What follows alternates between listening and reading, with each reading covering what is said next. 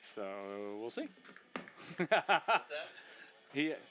Yep, sounds good. Yeah, sorry, I don't have a more concrete answer. But yeah, based on the warm ups, yeah. But they've rotated in warm ups too.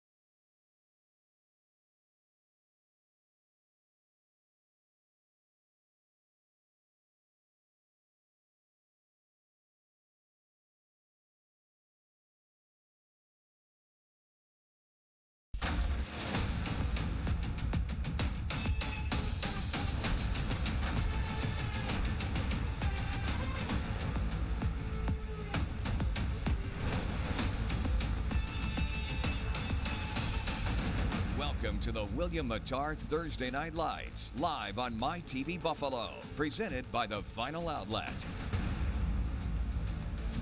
A warm Halloween night here in Medina and the start of postseason football. It's the Section 6 Class C quarterfinals and a rematch between the 6th-seeded herd of Falconer, 6-2 on the regular season, and the 7-1 third-seeded Medina Mustangs in our finale on the law office of William Mattar's Thursday Night Lights, presented by the Vinyl Outlet.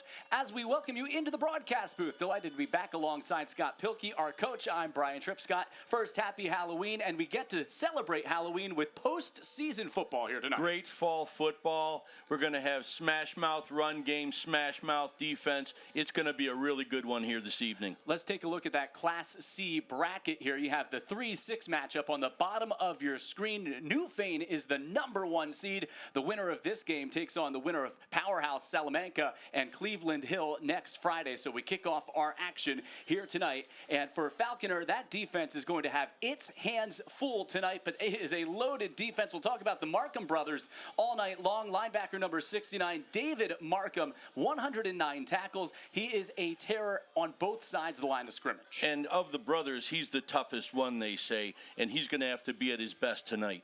Trying to contain a Medina run game that is at nearly 300 yards per game. Why? Christian Moss, #2, over 1,600 yards this year, 23 touchdowns. He had a school record 333 rushing yards last week. Second in Western New York in rushing, and he has a great future ahead of him.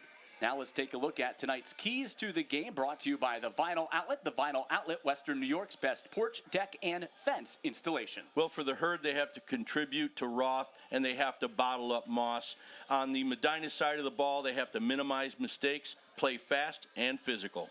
We've got a treat for you here on Halloween night for Medina. It is the postseason, and what a matchup. A rematch last year that Medina won 24-0, propelled by a 17-point second quarter. Don't go away. Kickoff coming your way next. The playoffs are here. Falconer and Medina on the law office of William Mattar's Thursday Night Lights, presented by the Vinyl Outlet.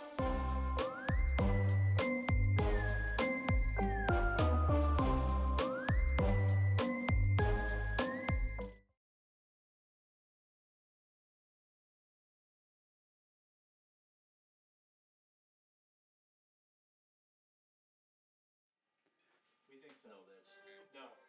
No, it is not. Yeah, it is. No, it is him. It's him. Yeah.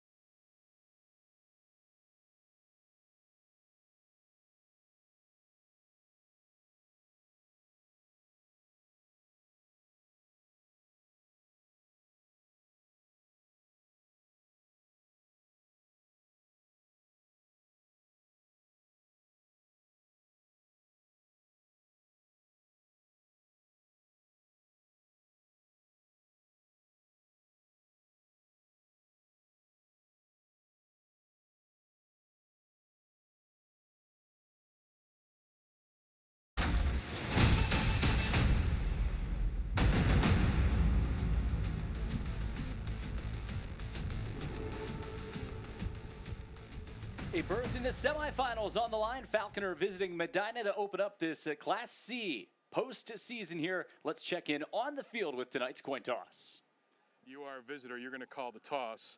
The blue is the head. The red is the tail. Hold on. The red is the tail. The blue is the head. Your choice. Tails is called. Tails is called. Here we go. It's a head. You won the toss. Defer. Medina has won the toss, elected to defer. You're going to want the ball. Yes, sir. You got that right. What end do you want to defend? You want to defend now. You put your backs to there. You stay with me. You guys over there. Medina has won the toss, elected to defer. We're kicking off this way. Fellas, one more time. Shake hands. Have a great game. The 6th seed Falconer will get the football first here in this quarterfinal matchup between Falconer and Medina.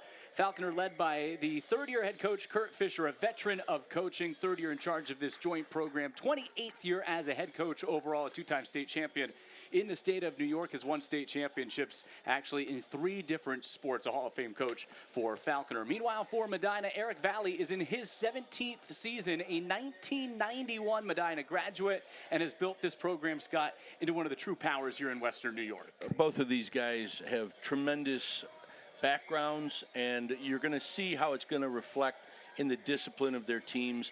You know, some of these teams have to get over injuries during this course of the year.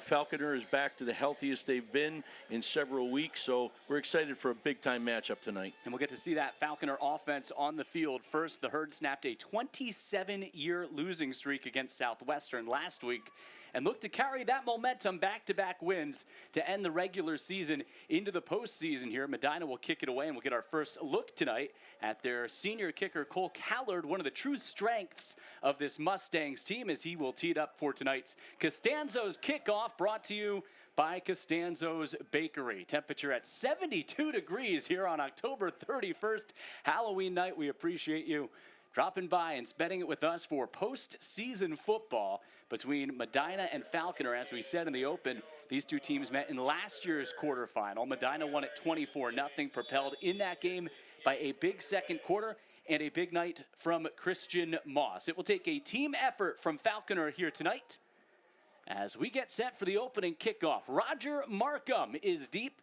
for the Herd. And this Cole Callard is 41 out of 50 times kicking out of the back of the end zone, and it doesn't look like he's going to fail here tonight. Consistency at that position is key.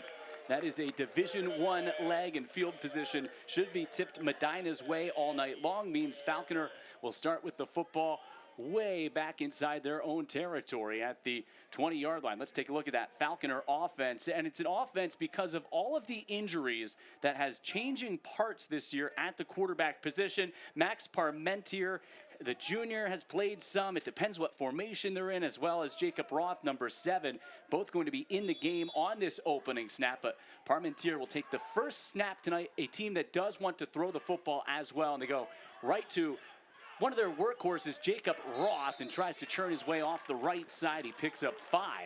And that's a good first down gain for the senior running back, who's averaging more than 6 yards per carry this year. 537 yards for Roth on the ground as we take a look at that Falconer offense. And our starting lineup tonight brought to you by the law office of William Matar. Reichenbach, Roth, Markham, Zam. There are some playmakers, Taylor Jones, for Parmentier and this Falconer team. Well, you're going to see that power eye. You're going to see a wing T tonight. Or, you know, this is going to be a run first, run fast all night long. And they're getting some good push right now from that offensive line. As you know, I love my O-line. They're doing a great job already in the first 2 plays.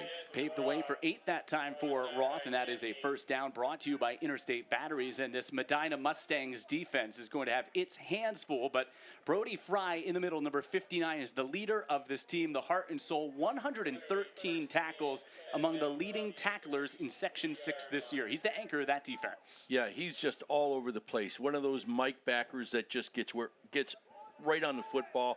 He's got good speed, great lateral movement, and he gets great penetration. You see him reading right here, slides to the left, and is part of that tackle. Great job by the defense on that one.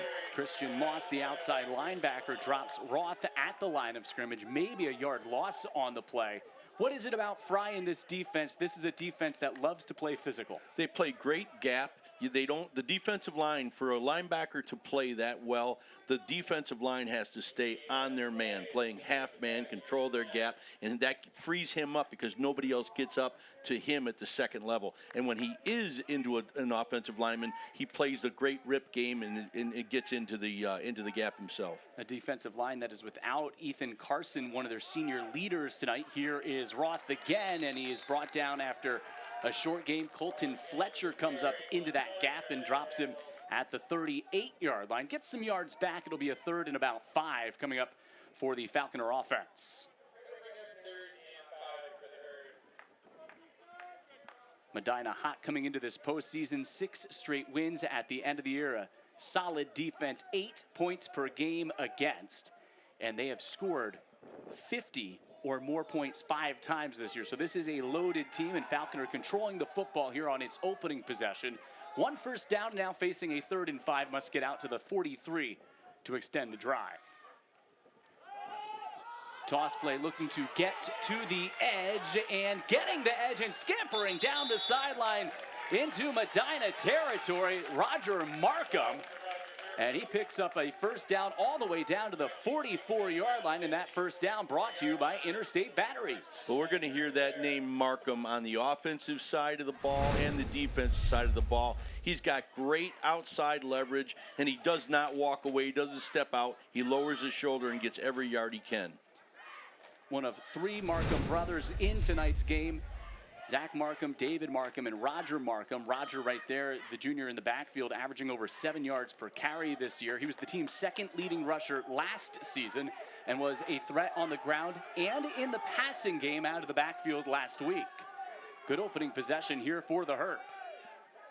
Again, this is the healthiest they've been in a long time. Inside counter play, and on the trap up the middle for another first down. Good run and a good finish to that run for Charlie Reichenbach. And the senior picks up 15 yards and another Interstate Batteries first down.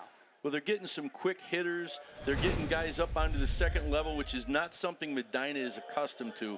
And they're really running great with their eyes. And what you're seeing right now is a lot of power. They're not going down with one guy.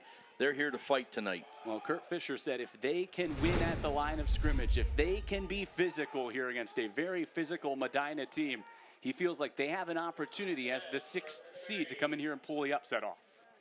Well, now that they're healthy and the way the O-line is pushing right now, they're doing a great job up front. A big offensive line led by seniors Brad Dowd and Chaz Sundquist. Back to Roger Markham, and look at him dart to the edge once again. 6 more yards and staying on schedule here on this opening possession. Well, the 2 times they've run outside, they've had really nice perimeter blocking by the wide receiver, as you'll see downfield here. He stalk blocks his guy, stays on, keeps his hands on the inside, and that gives the running back a 2-way go. Charlie Reichenbach, who just had the big run, and just a plethora of options here for Parmentier on this opening possession. All runs to no surprise for Falconer. All the way down to the 25-yard line. Drive already extending over 3 minutes on this opening possession. Back inside, Reichenbach slips 1 tackle, then is tossed down after a short gain at the 24-yard line. That fake toss pitch, it's got a draw feel to it. That little pitch to the outside, running back comes back under. Really nice job. They defended that better the second time around, and you're going to start to see those adjustments as we go, as Medina makes adjustments to the first 15 plays that you usually see. And I think we're approaching probably about, play 10 on this drive? It's a great opening. Perhaps 4-down territory. Here is a 3rd down and 4. Go to that power I formation and back to Roth. Then he slithers his way to the 20, and he appears to have enough for a first down. We'll check on the spot. They're going to mark it just shy of the 20-yard line. 3 yards, and they're not moving the chains just yet. Look at this. I mean, you got guys on guys. You're getting up to the second level, and so far you're seeing Medina, who's usually the most dominant team on the field, being dominated at the line of scrimmage. Not enough, so it's going to be 4th and inches here for this Falconer Herd offense. Can they capitalize on an outstanding opening possession? Three in the backfield and back to Roth. Plants the legs, bolts forward. He's got the first down. Give him two. And another Interstate Batteries first down. Interstate Batteries, outrageously dependable.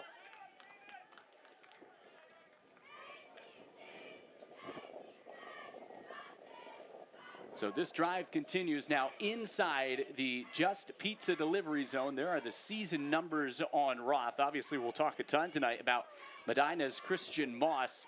But this is a very reliable guy in the backfield who's played multiple positions this year because of all the injuries, and now they're trying to get into a rhythm here on this first possession. Well, this offense is an offense of athletes, like we talked about earlier. When you get into these smaller schools, these guys play multiple sports, and they've got to be expected to be able to play multiple positions on the football field. Avian Johnson nearly had the tackle, and then the big stick by Fry for a loss, and a negative play much needed for that Medina defense. Yeah, that was set up very nicely here by number 42. You see he gets high to the outside, Avian Johnson, and he didn't make the tackle, but he allowed the big man to come in after he did his job, and that's how you play good football teamwork on the field. Nice job.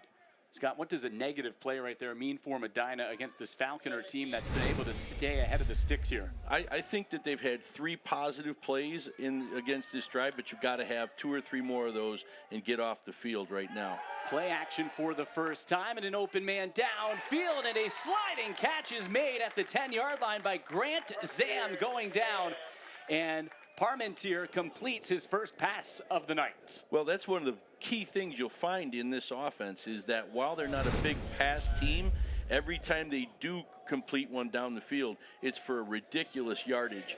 They'll get 10 to 15 to 20 yards of pass completion. That's because everybody's eyes are on the inside. A 13-yard pickup sets up a 3rd down and 2, 6th catch of the year for Zam. 2 of his previous 5 catches, to your point, Scott, had gone for a touchdown. They're without Mathis Bear tonight, one of their top wide receivers. Great dancing moves inside the 5-yard line, and another first down for Jacob Roth. He's got quick feet when he hits the line of scrimmage. It's an Interstate Batteries first down. Now, we've seen a couple opening drives like this year, Hamburg versus Williamsville South, but this is one of the more impressive opening drives that we've seen. It's taken up almost half the quarter, and these guys are on the march.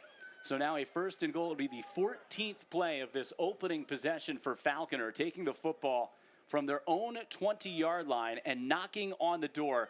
Remember, last year they were shut out 24-0 in the quarterfinal matchup. A rematch of last year's quarterfinal. Falconer, the 6th seed, and looking for the early 6, and it is Roth barreling towards the goal line, and he has stood up a half-yard shy of reaching pay dirt as he was greeted hard by Colton Fletcher. Now, you've got to look at what Medina's doing down here. They've been playing a lot of double A gap to allow their Mike linebacker to slant, but you're starting to see something that they're not accustomed to. They're actually getting offensive linemen up on the linebackers right now. Really impressive drive by Falconer. Kurt Fisher finally sees his team healthy and sees them now with a 2nd down and goal from inside the 1-yard line. Right back to Roth. He's been a workhorse, and he's rewarded with the early touchdown. Falconer takes the opening kickoff and goes down the field to take the 6-0 lead. Boy, what an impressive 8-minute drive. And they just follows his guys. When you're in this system and you run it well, it's some of the most dominant stuff because it works against the brain of the defense. It says we're going to run it here, run it here, run it here, and we're going to do it until you stop us. And they were tough on that inside run that entire drive, and they had a nice mix-up, play-action pass. Now that could be very important. That could be very important because they've got a max. They can't miss an extra point like that, not against Medina with a great kicker that they have. It's the 10th failed conversion this year for Ryder Carlson, the kicker who had his kick block. So a 6-0 Falconer lead, the 7th touchdown of the year for Roth, and it caps a 15-play drive. The Herd looking for the upset with the early lead.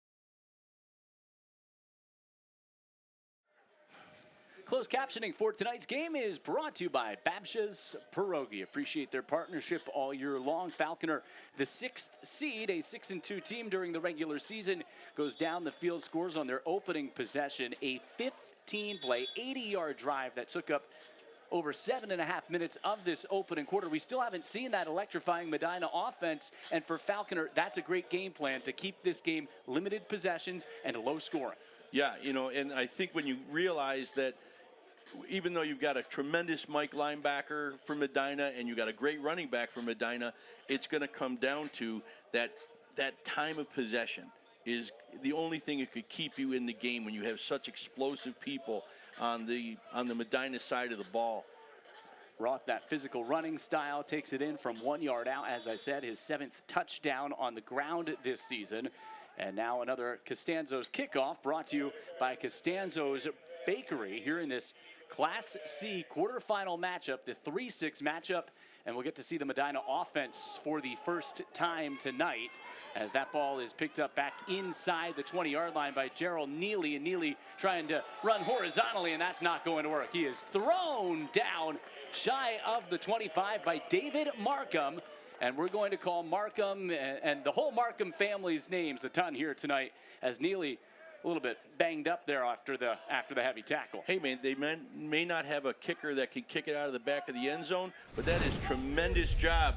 What a nice job pulling him down from behind. I don't think that's not a horse collar. They're just a really nice tackle. Really great job by that young man. Well, it's his 110th tackle this year, one of the top tacklers in the area. You have actually 3 of the top 6 tacklers in Section 6 here in this game. And Preston Woodworth now leads the offense out for Medina. Sophomore quarterback taking over the reins from his brother Julian, who graduated. This is actually his first year back playing football. Didn't play last year, so it's been a growing experience throughout the year. But he's had a reliable back, Christian Moss, to lean on. Come out and maybe try to catch that defense off balance by throwing the football right back to Neely, and he'll pick up 4. We saw a lot of, in pregame, we saw Medina with a lot of the quick outs, and I think that's going to be part of the game to keep those great linebackers that you just mentioned, the Markham boys on the opposite side, to keep them flat-footed. Because if you just run up the gut, they're going to stop you potentially. We'll take a look at the rest of that Medina offense quickly. It's Neely on the outside. Jason Wills talented in the backfield. Colton Fletcher, but this offense built around Christian Moss and that veteran line up front led by Brody Fry, number 59. Second down, and we'll call it 6 here, and the first carry of the night for Moss. And Moss gets to the sideline, accelerates out to the 44-yard line. So Moss scampers for 14 on his first carry, and it's an Interstate Batteries first down. You just see how impressive this young man is.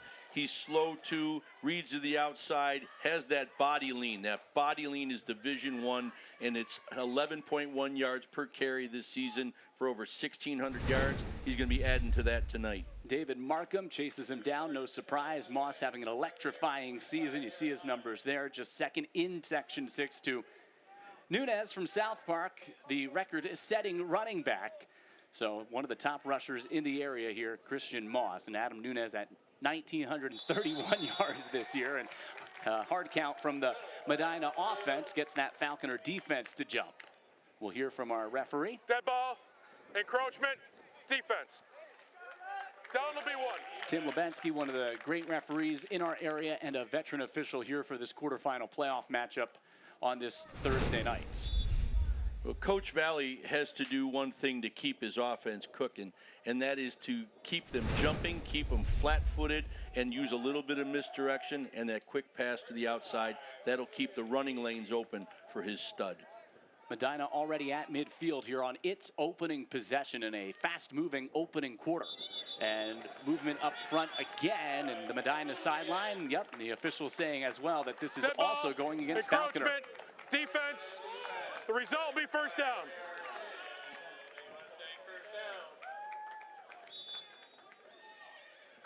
So that first down brought to you by Interstate Batteries, and our starting lineups tonight are brought to you by the law office of William Matar. Hurt in a car? Call William Matar, and that Falconer defense off balance right now. We mentioned the Markham brothers at linebacker.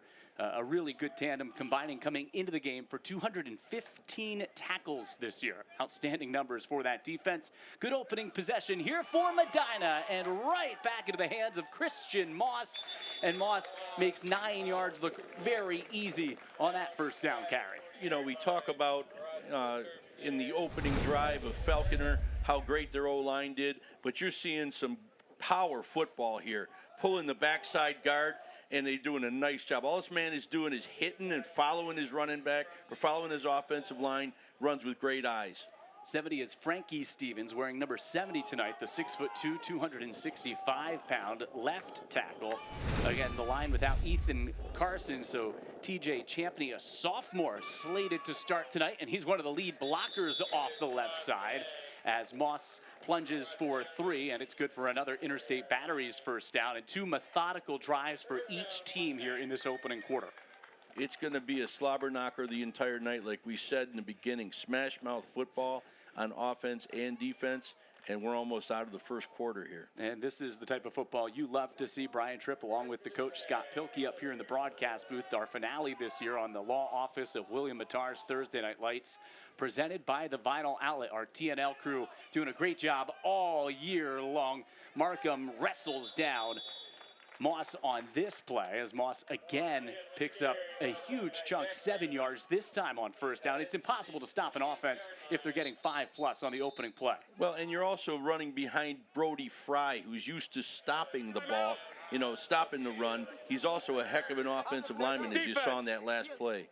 Falconer electing to use its first time out here because they can feel this momentum shifting. We're going to take it with the Herd. A 6-0 Herd lead, but Medina on the move here on the law office of William Matar's Thursday Night Lights, presented by the Vinyl Outlet.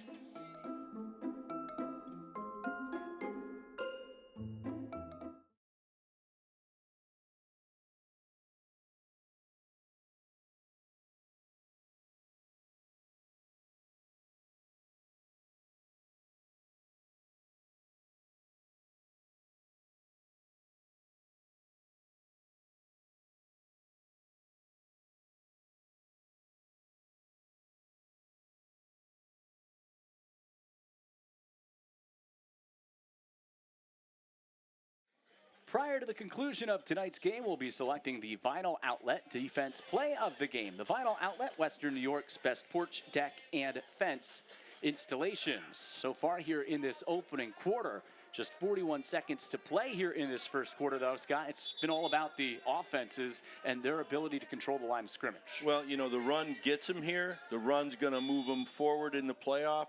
I think what you're seeing is you got to stay ahead of them on defense somehow. Because right now, they're lining up. You're not seeing a lot of blitzes. Everybody's just trying to control their gap. Christian Moss already 4 carries, 35 yards in this game after a monster game last year in the quarterfinals, 171 yards and 2 touchdowns. Add 3 more to his total. This time stopped at the 25. It'll be a 3rd and 1. Just seeing great push. Again, everybody's driving. It's a great gap scheme. Everybody's clearing them out and bringing multiple offensive linemen from the backside. It's counter tray. You've got power, and you've got a running back that's 7 to 8 yards deep who gets to see all of it working out in front of him. And that's what his head coach, Eric Valley, said he does so well, Scott. He can read a defense. He picks his holes. He knows when to get his hips through that hole.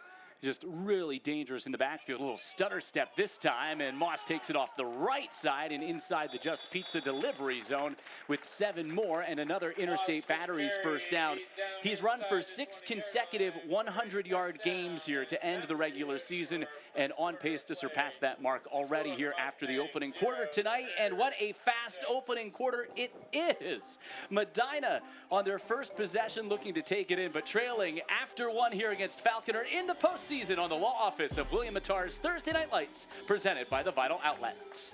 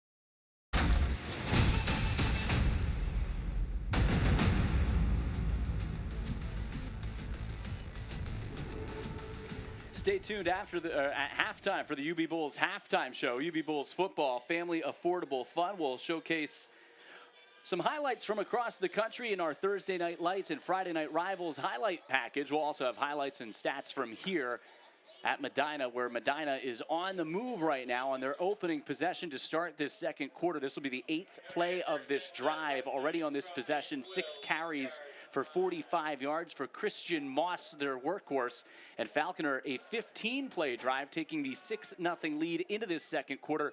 But right now, Kurt Fisher looking on as his defense trying to find a way to stop number 2, Christian Moss, who runs into the teeth of the defense. And once again, David Markham there on top of that pile. The backside pull of Frankie Stevens and Brody Fry is really starting to make a difference. These guys are not only getting to the second level, they're staying on their blocks. And trying to make an adjustment here to start this second quarter. Obviously not a lot of time to change things up. This is still the first possession of the game for the Medina offense. But that time, no gain for Christian Moss. And a 2nd and 10 here inside the Just Pizza delivery zone. Moss only held under 100 yards one time this year. That was in the only loss for Medina. That came against Newfane earlier this season, way back in week number 2 on the 13th of September. Out of the shotgun, a different look, and Moss spins and takes it to the 10. Dropped again by, guess who? David Markham, number 69, who just has such a great nose for the football. And a nice adjustment here. You're starting to see they're starting to take the outside 3 technique gaps, because that's where they've been getting killed. And when you sit outside on the guards, now you cannot allow the backside guard to pull. So it's a really nice adjustment. I don't know if they're just doing this inside the red zone, but it seemed to work there, stopping that running back for the first time. It was a trio of linebackers, Reichenbach and Zach Markham also in on that tackle. So now a 3rd down and 7 for Medina here on this opening possession. Can they match the Falconer score to start the game? Falconer nearly moved up front again. Hard count resulted in a pair of false start penalties against the defense. Charge timeout. And Medina and Eric Valley going to talk it over prior to this 3rd down and 7. Nearly 2 minutes already have surpassed here in this second quarter. Well, they're taking a look at that adjustment and why for the first time they weren't able to get that plus 10, 11 yards. And what you're starting to see is a slant from the inside. That was the jump you saw. They're starting to shift and take on the down block that has been hammering them in the first part of this drive. And that's what you'd expect between 2 veteran, experienced, winning coaches here. The cat and mouse game all year long and all game long here tonight between these two. And obviously Falconer battling those injuries. It's a team that deserves a meal after the game, win or lose here tonight. And we appreciate Avanti Pizza and Wood Fried Kitchen for supplying our crew with an outstanding meal before tonight's game.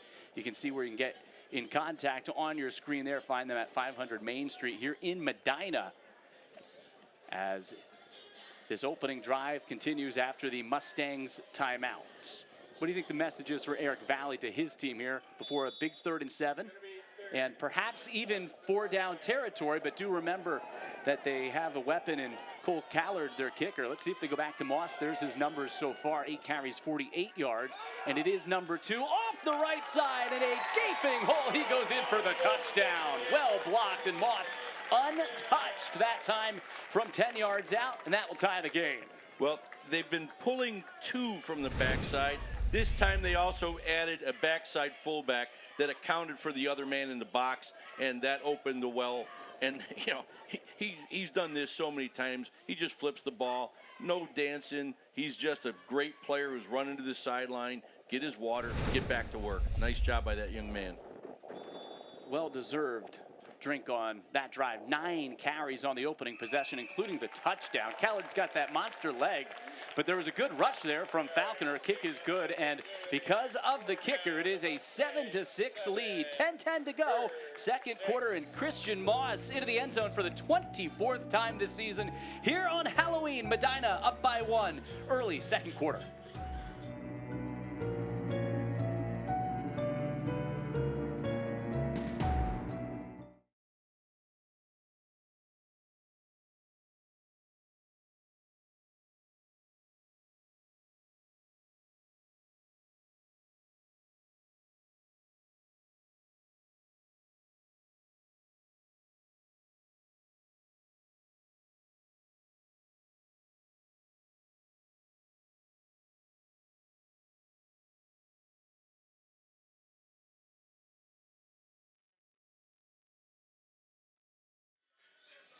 Closed captioning for tonight's game is exclusively brought to you by Babsha's Pierogi.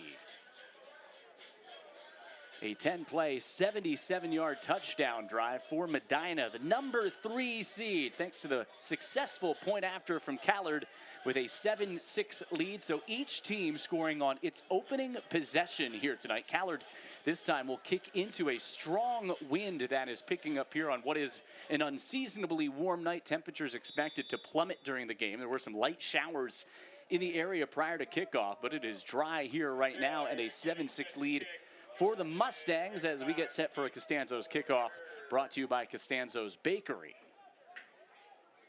Taylor Jones, number 5, one of 2 deep men awaiting this kickoff from Callard. We'll see if they have an opportunity. High kick into the wind. It will get caught in the teeth of that wind, and a running catch made by Roger Markham. And Roger Markham explodes out to the 34-yard line. Not many teams have had good field position this year against Medina, and this one of the better starting spots for an opponent. And Falconer now looks to make it 2 straight possessions to score here tonight. You know, one of the best plays of when you start to see these coaches work. 10 plays, 77 yards. They stay consistent, make subtle adjustments on defense and offense, but they keep their guys rolling. Really impressive opening drives for both teams. Let's see if they can match it on the second drive here. Moss goes right back out there, plays that on defense. You see bottom of your screen, he had 9 carries, 62 of those 77 yards on that opening possession. 10 of the yards came via penalties as well.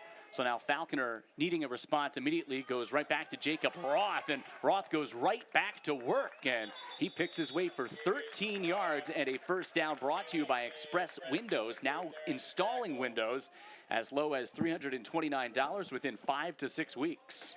You know, what's really impressive about the football down here is the toughness of these teams.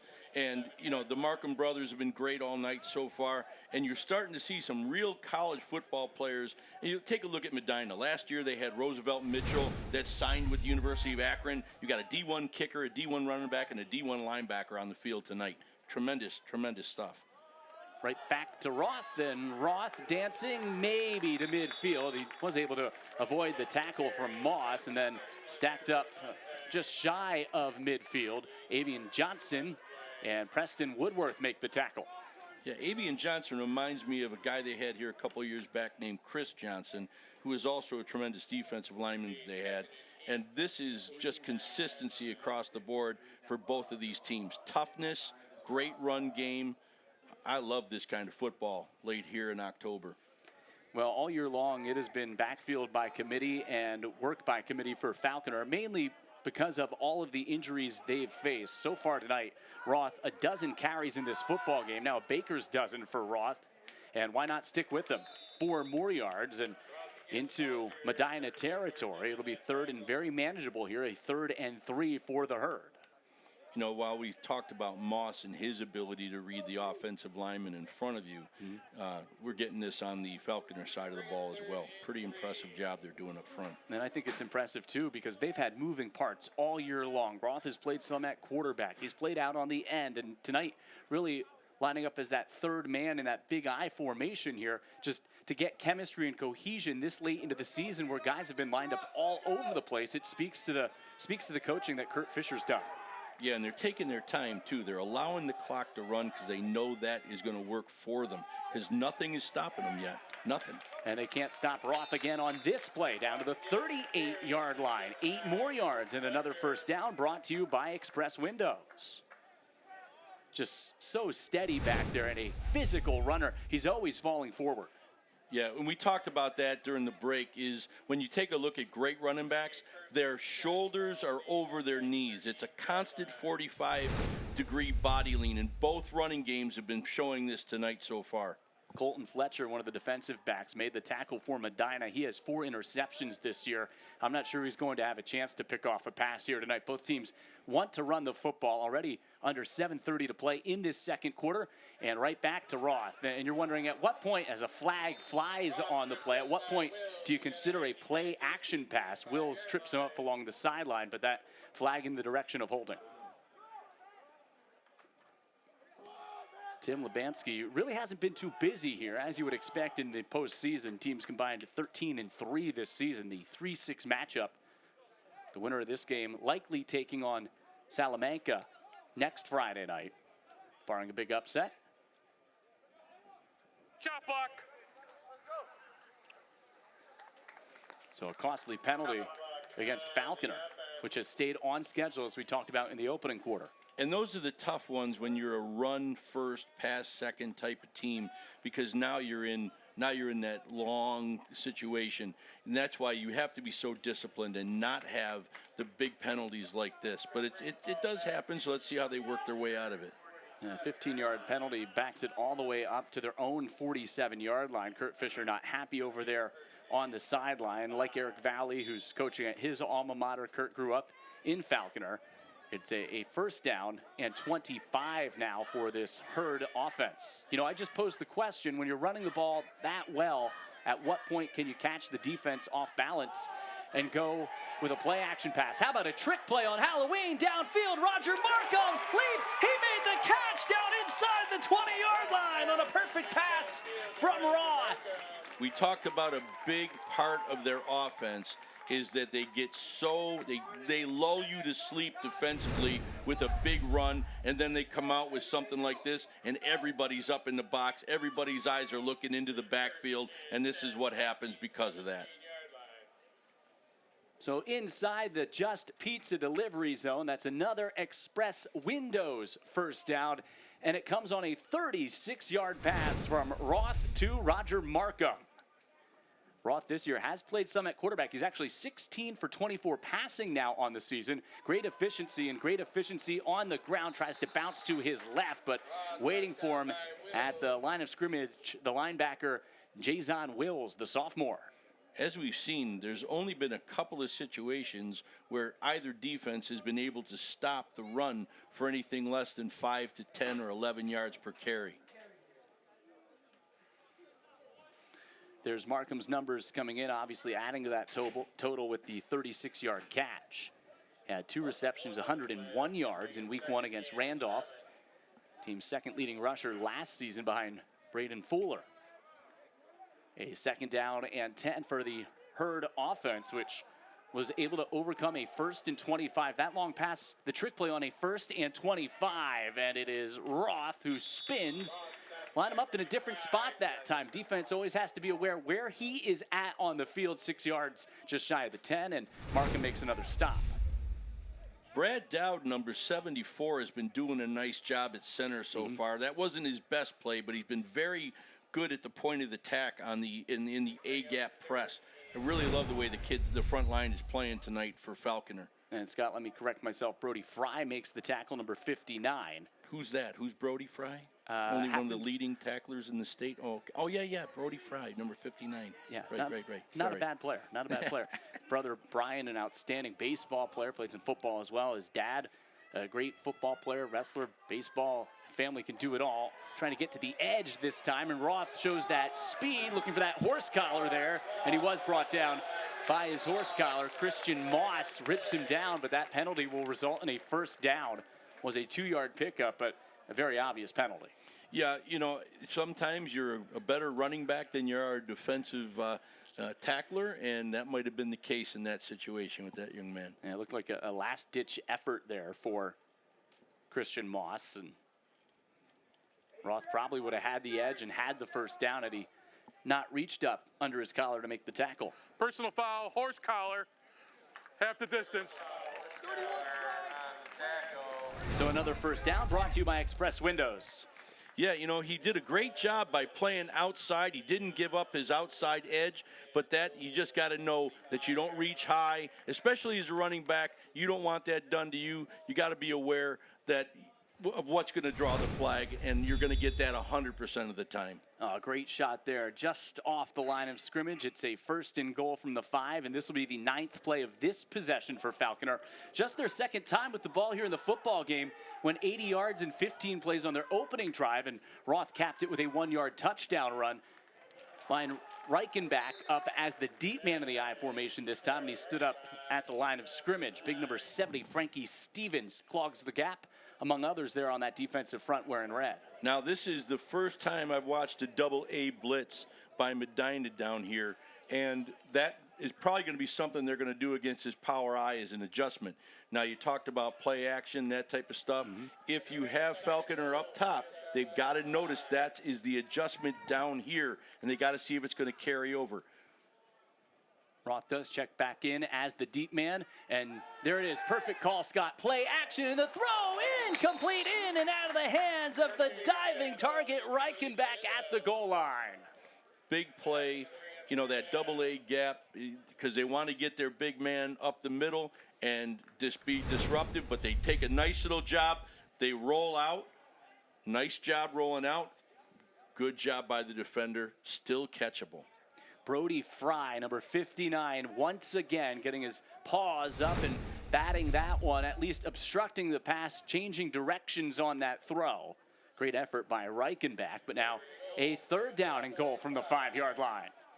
Brody Fry has some Sean Dolak in him, who plays at the University of Buffalo. This is the kind of kid that could play up there.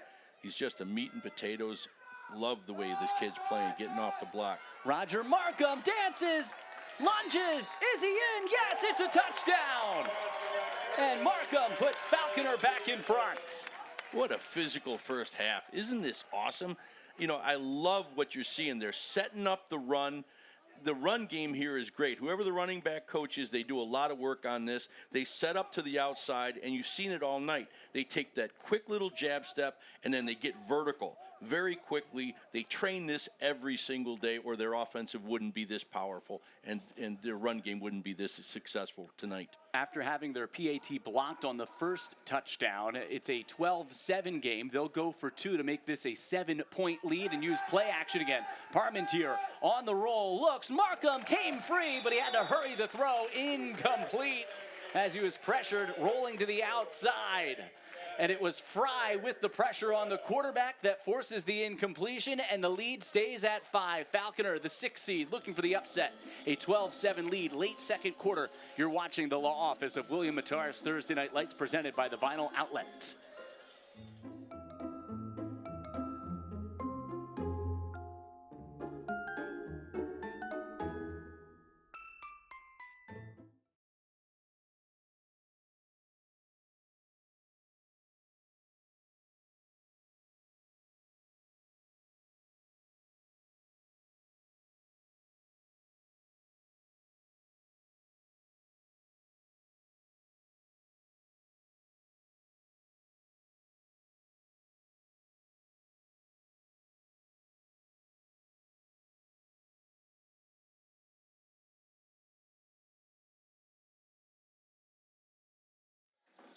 Don't forget, coming up at the half, the UB Bulls halftime show. UB Bulls football, family, affordable, fun. Thursday Night Lights and Friday Night Rivals highlights from across the country. We'll recap a fast-moving, entertaining opening quarter here. 3 possessions, 3 scores in this football game. But that is all coming up at the half. Roger Markham, a 6-yard touchdown run. Had a diving effort at the 2-point play, but pressure by Fry on the quarterback forced the incompletion. So it's a 5-point herd lead here, 12-7, with 3:58 to go in the second quarter. Now, in that last series down in the red zone, you saw a cadence of a call by Medina, which was 2 middle blitzes in a row. And as soon as the first one stopped him, credit to Coach Fisher and his staff, because they immediately took the ball outside where the pressure was coming from, resulting in another touchdown. A squib kick the first time for Ryder Carlson. This time kicks with the wind. A line drive kick that will skip into the end zone for the touchback. So a good boot by Carlson. And we talked about how the kicking game, Carlson had a blocked PAT, forced the 2-point conversion attempt that failed. And obviously, Cole Callard and what he brings to the table for Medina could be a big factor in this game tonight. We thought about it with field position, but obviously a couple of points left out there for Falconer. Falconer scores on an 11-play, 66-yard drive, and there it is. That's their second possession. They're 2 for 2. They've run 26 plays, and they've cashed in for 12 points. Well, you know, I am just amazed at the time that they're taking. They're so good at what they've practiced. You've only seen 3 or 4 plays here from either team, but they're so good at their fits. They're so good at keeping their feet running on the O-line. Very, very impressive. Good fundamental football here tonight. almost 14 minutes time of possession for Falconer in this football game. Throw, adjust, and a catch made by Neely, and Neely tries to dance free on the outside. Good form tackling and gang tackling at the end of that play. First there to meet Neely was Jacob Roth, playing on both sides in a game like this where you're carrying the ball 12, 13, 14 times and a half. It's going to be a long game. They're back to the top of their script. Look at the gang tackling, great pursuit. They get their yards, but that's just a nice job by Falconer to minimize what could have been a bigger gain. Roth, who does have, or at least comes into this game with 50 tackles this year. Nearly 11 catches, 3 touchdowns coming into tonight's game. That was his second catch tonight. Quarterback Preston Woodworth. Change it up here a little bit. Give that defense something else to think about. 6 yards and a first down. That first down is brought to you by Express Windows. You're starting to see a little variety, a little difference in the defensive front. But the adjustments that these guys are making is they see one play, they see the adjustment, and they're calling something the next play to know exactly what to do to take that adjustment's quality away. Coaches are doing a nice job. Yeah, sorry, Scott. You see right there, not spectacular, but enough to keep a defense concerned about the quarterback's run game. Yeah, it's chess out here. This isn't checkers. This is chess. Well, that's what happens when you get into late October, November, postseason football. 2 wins away for each of these teams to getting to Highmark Stadium and playing on the big stage and playing for a section championship in Class C. And look at this run. Medina's Jason Wills down the sideline and out across midfield. It's a 22-yard run and another Express Windows first down. So the first drive for Medina was all Christian Moss, and now you're seeing all of the playmakers for this Mustangs offense. Well, it's the same backside guard tackle pull, but now you're showing that you have multiple players that, when your big time guy goes away, it pulls the linebackers. Really nice adjustment from this young man who was playing in the slot, coming back underneath, and that gets a big game for him. So again, we talked about that game of cat and mouse all night long. You called it chess out here, already into Falconer territory. Let's see if they go back to Moss this time on a first down and 10. Only 3 minutes left here in this opening half. Instead, use Moss as a decoy for play action pass incomplete. Anthony Wood there, the defensive lineman with his hand in the passing lane, maybe got a piece of that football. If not, the pressure disrupted the throw from Woodworth. Now, if you're taking a look at Falconer, you got to be thinking, all right, they opened up their first ball, throwing it out to the flat like they did in the very first series. They're back to the top of their script with their adjustments. You've seen 2 plays now where they've used their running back as a decoy for, that's 3 plays actually in a row. They've used their stud running back as a decoy to allow for other opportunities to keep this defense, off kilter. So all our mugs there, not in costume on this Halloween. Brian Trippa and Scott Pilkey here in the booth with this postseason matchup, the 6-3 game and the 6th seed looking for the upset. But Christian Moss gets into space, pirouette, stays on his feet through contact and all the way down to the 32-yard line. 16 more yards for Moss and another Express Windows first down. Well, what a tremendous student athlete. I mean, you just don't see the physicality like this of a junior. I can't wait to see what he continues to develop in going forward. Carries the ball well. You just can't take him down with one guy. Amazing young man. Had 333 yards to cap the regular season, 6 touchdowns against the rival Albion last week. That's a rivalry game, too, that goes back to the 1800s. So his name etched into the record books and etched into the record books with this outstanding season he's had here. Over 1,700 yards now. A patient run, then explodes down to the 26-yard line. Runs into David Markham, and I'm not sure who got the worst of that collision. Frankie Stevens is having a great game so far today, but we see number 59 doing it on both sides of the ball, whether you're playing your Mike linebacker or he's your backside pull-in guard. He's just a physical guy on both sides of the ball. Obviously, number 2, Moss, with all of the accolades and the big numbers, he's going to get a lot of attention. But Brody Fry, the guy you're talking about, Scott, is described as the heart and soul of this Mustangs team. Well, Frankie Stevens and Brody are just playing great football right now. They're good at their feet. They know where they're going, and they're getting their blocks done. Watch that clock. 90 seconds to play here in the half. This is a free play, and the pass is incomplete. I don't see a flag. You know what? The defense moved, but I don't see a flag on the field here. And that's why Woodworth just came up throwing, because he felt like there should have been a penalty and an encroachment on the defense. The Medina sideline in disbelief, but perhaps he didn't jump into the neutral zone. I think what you're catching them in is this is the second time you're starting to see some type of jump or defensive line stunt. Oh, he's definitely in the neutral zone, but you're starting to see what they're doing up front. They're slanting to the field with their inside guys, anticipating the down block. Should have been an easy first down on the penalty for Medina, but now facing a 3rd and 3 with 85 seconds to go and 2 timeouts here in their pocket. Screen perfectly set up for Moss. He has a convoy down the sideline into the 13-yard line.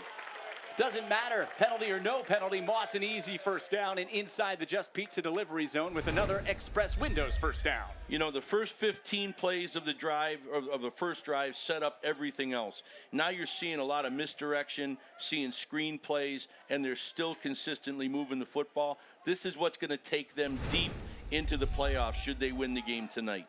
This is a very diverse Medina offense. There's the numbers for Moss in this football game, running the football. Now, a catch has his team at the 14-yard line with 1 minute and 16 seconds to go here in the half. This is just their second possession of the half.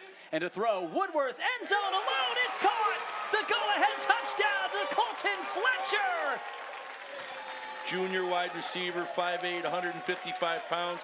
Got behind the secondary that, again, this entire drive was driven by the distraction by their number 1 guy, Christian Moss. Nice play.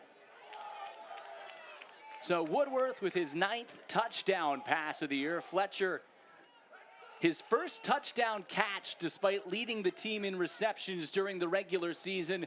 And Medina with Callard looking to make it a 2-point game.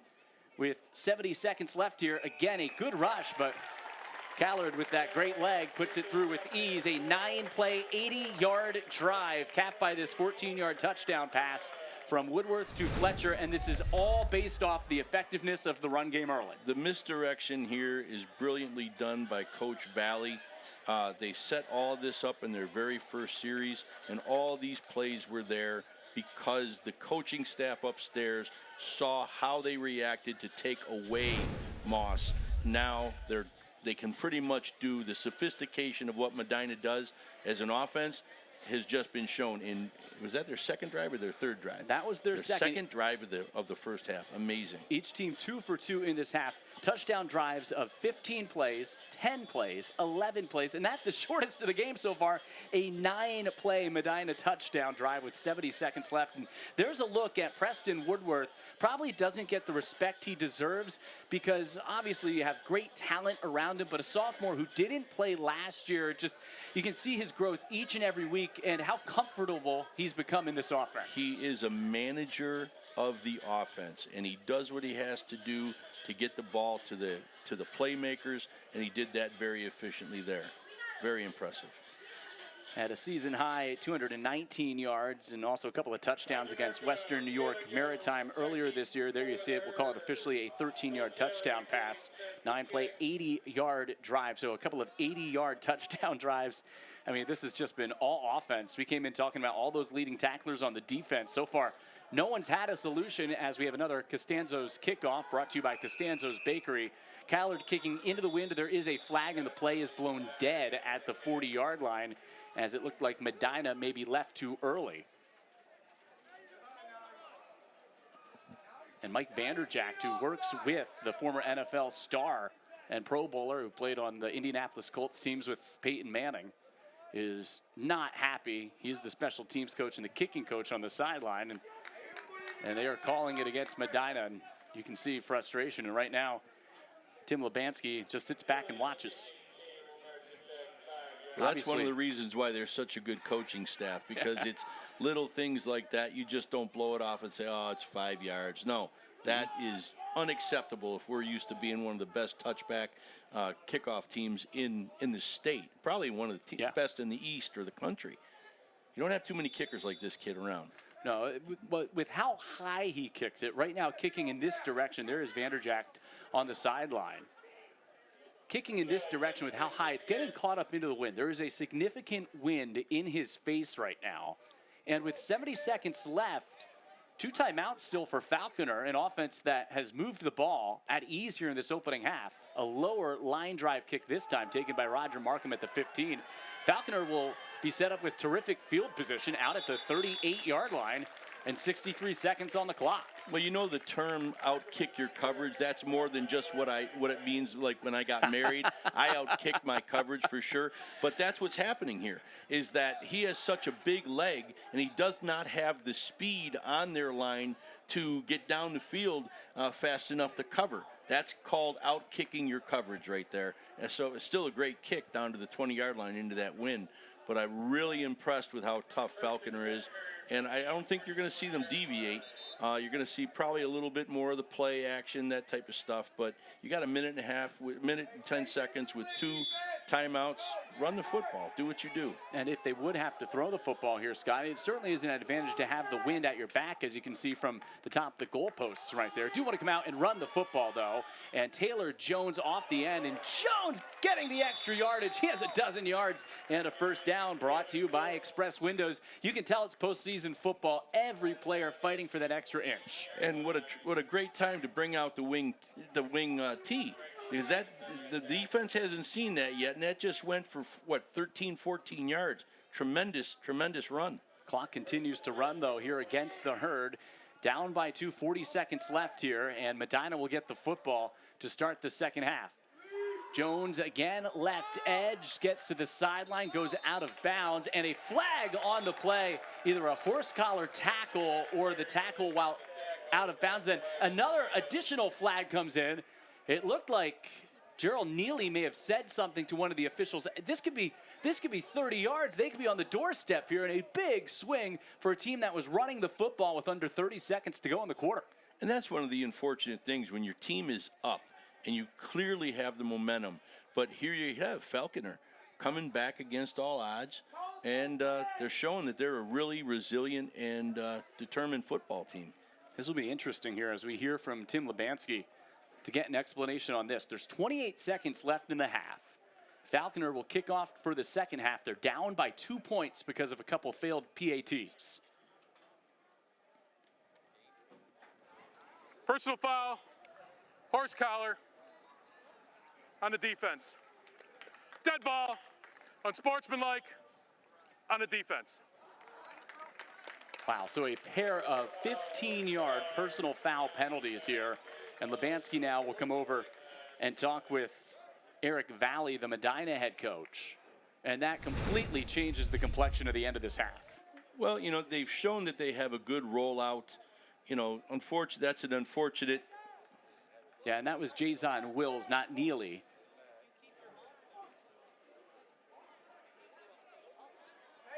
Not sure if it was Neely, their A, also 61. McHugh and Miller. You saw the flag come in, that additional flag. And Scott now inside the Just Pizza delivery zone at the 15-yard line. 2 timeouts, 28 seconds, and down by 2. You do have to wonder, too, Falconer, we saw the missed PAT to start. Is there the option even for the Herd here for a field goal? Roth trying to take it himself, and a little misdirection, gains 2. Inside the 15 to the 13, and a timeout taken by the Herd. I think what you're going to see now is a play-action pass to roll off of this into the back of the end zone. So we'll see if this Medina team can hold up, and if they can, maybe it will be our defense play of the game presented by the Vinyl Outlet. Prior to the conclusion of tonight's game, we'll be selecting the Vinyl Outlet defense play of the game. The Vinyl Outlet, Western New York's best porch, deck, and fence installations. Our UB Bulls halftime show coming up here, but first, a lot to decide at the end of this opening half. It's been a back and forth opening half. Both teams with 2 long scoring drives. This is just the 3rd possession for Falconer, and they look to take the lead into the locker room improbably here as the 6th seed.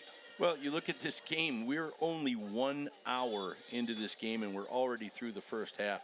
So these teams have played great discipline, and great fundamentals, and they've only had a couple of unfortunate penalties that have put Medina should be in right now.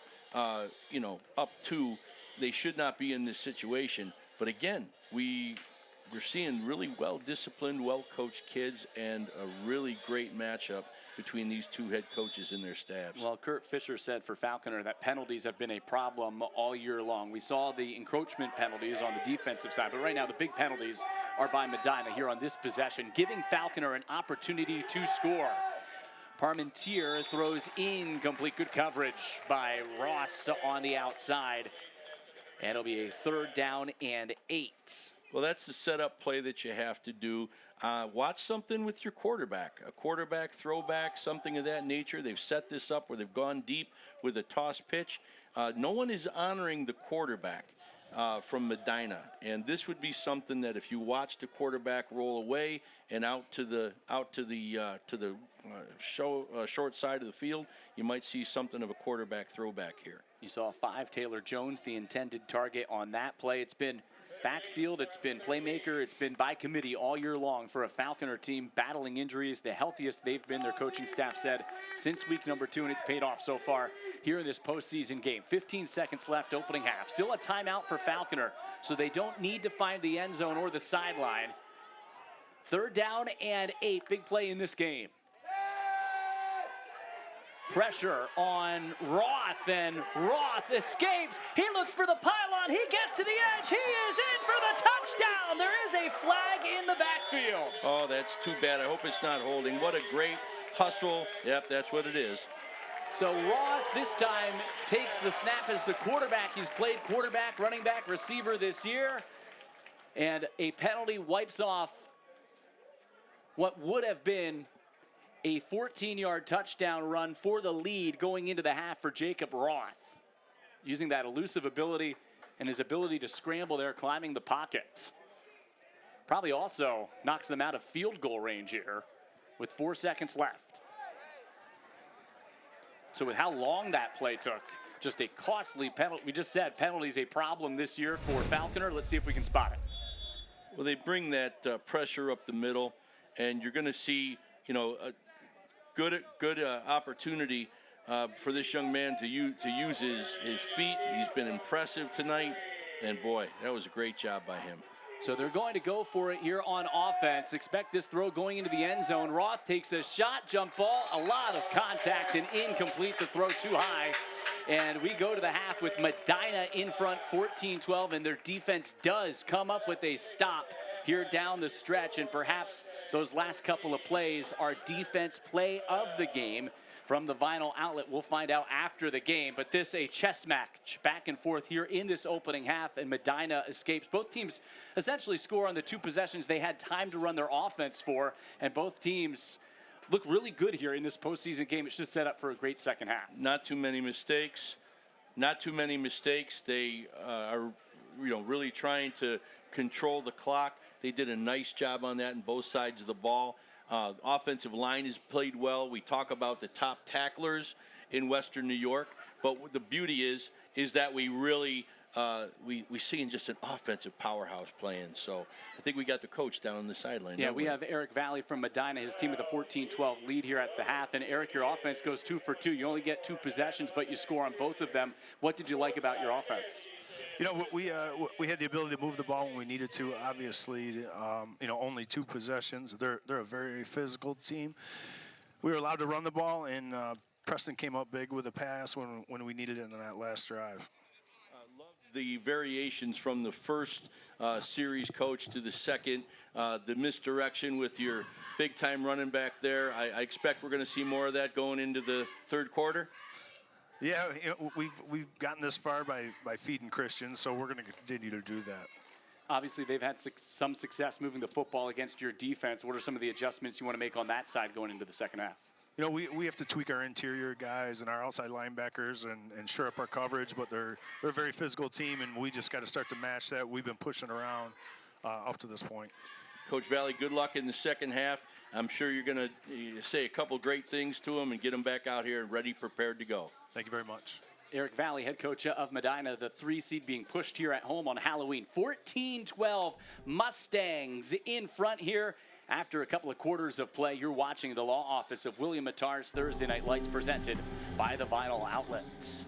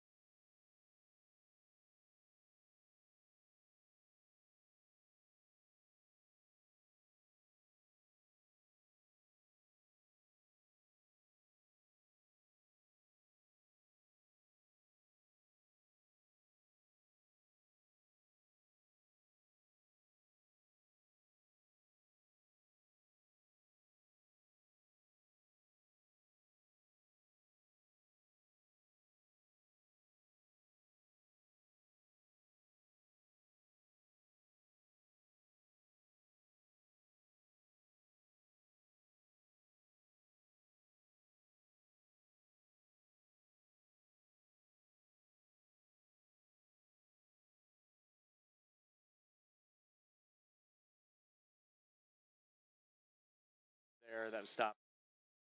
We'll go into adjustments.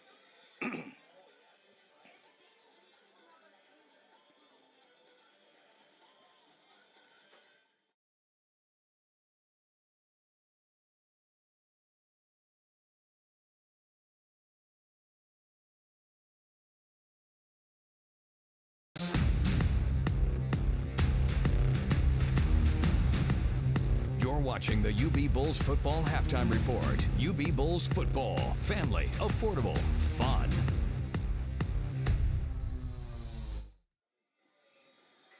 Stars shining here in playoff football. Third-seeded Medina with the 2-point lead, 14-12 over Falconer here at the half, a rematch of last year's quarterfinal game. Medina won at 24-0. Back and forth, the opening half here so far tonight on this Halloween. In the broadcast booth with my partner, Scott Pilkey, Brian Tripp. You remember your best Halloween costume growing up? What was it? Well, Quasimodo kind of fit me pretty well, and that's the Hunchback of Notre Dame for, any young guys out there that are wondering how you take a short body like this and make it the talk of the town. That was me back in the day, yeah. I went as Barney. I went one year as the Green. It had to be the Green Power Ranger. And, of course, I dressed up as a football player. I never had the skills that not only a college or NFL guy had, but some of the guys we've seen out there tonight. Scott, let's first recap what happened there at the end of the half. Falconer had an opportunity to go into the locker room, unbelievably, with the lead because of a few big Medina penalties. Medina ends up coming up with a big stop there inside the red zone.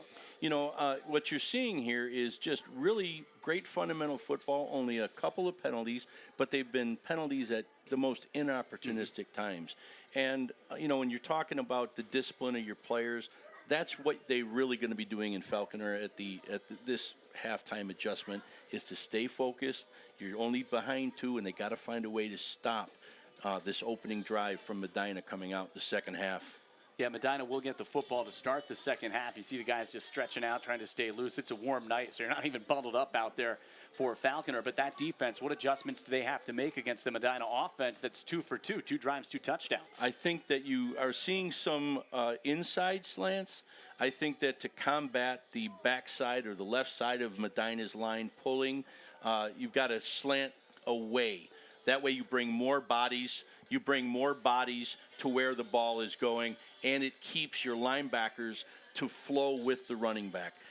You can move your D-line, but I think your linebackers have to keep their eyes not only on the running back, but on the misdirection that they've been doing so far. So, but it's a big task to contain them. I was watching the bleachers here during that first half. They filled up right at 7 o'clock. I think everyone was trying to maximize trick-or-treat time tonight here in Medina. Now, we've been treated tonight, and there's been a couple tricks out here, a couple great misdirection plays, a nice little pitch out and toss down the field. So we're going to see more of that in the second half. Right now, it's the home team spooked a little bit. The number 3 seed, Falconer, looking for the upset. Medina will get the football. They're up 2, though, as we continue with the UB Bulls halftime show here on the law office of William Mattar's Thursday Night Lights, presented by the Vinyl Outlet.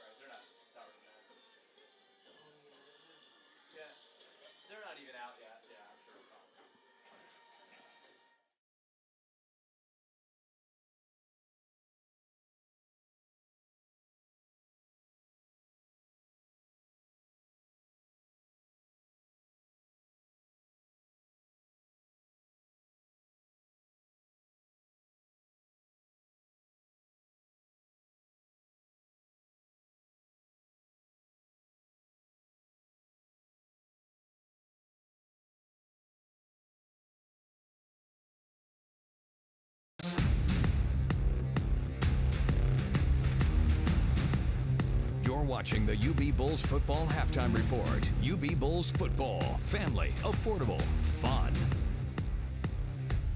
2-point game here at the half. Let's check out highlights from across the country from TNL and FNR from last week. The best Thursday Night Lights and Friday Night Rivals highlights from across the country. Isaiah Hopewell to do the kick, but they fake it. They're going to have something good happen here. They throw it and complete it. Down the sideline. No flags. Touchdown, Judson Rockets.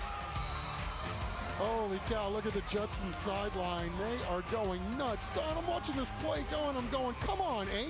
He's sprinting down. The first one, now the second one. Onside kick. And it goes right to Riverside. Harry Armstrong throwing out all the stops. The pass rush has generally been 3. Deep ball looking for Stewart, and Stewart brings it home inside the 40-yard line. That's good for 40. Stewart will be a star at the college level and beyond. Shoulder lift. Kostov, 230 pounds. Watch this right in here. Boom. Going for 2. 2 unbeaten records on the line. Throws left side. It's caught. It's caught, and Ravenwood wins. And Ravenwood is 9-0.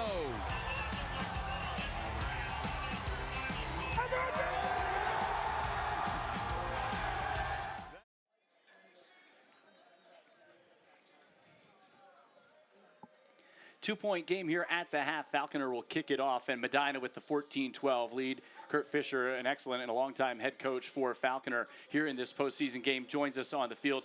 Kurt, what did you talk to your team about? We saw you huddled up over there. Great game back and forth in that first half. What was the message? Well, they're getting up on our linebackers. Our two inside linebackers are our base of our defense. So we had to make some adjustments to try to keep their linemen from getting on them every play. Hopefully, we made the right adjustment. Well, you know, Coach, I got to tell you, I really love how disciplined you've been on offense. Your offensive line's doing a tremendous job up front, and your running backs are you know, the cuts that they're making and getting vertical. Really impressive group of kids. I hope they keep it up in the second half here, Coach. Thank you. All right, Coach, good luck. Thank you. Thank you. Kurt Fisher, head coach of Falconer. Trailing by 2, his team will kick it away to Medina as they get stretched out, get ready to go. Don't go away. Second half coming your way in a couple of minutes.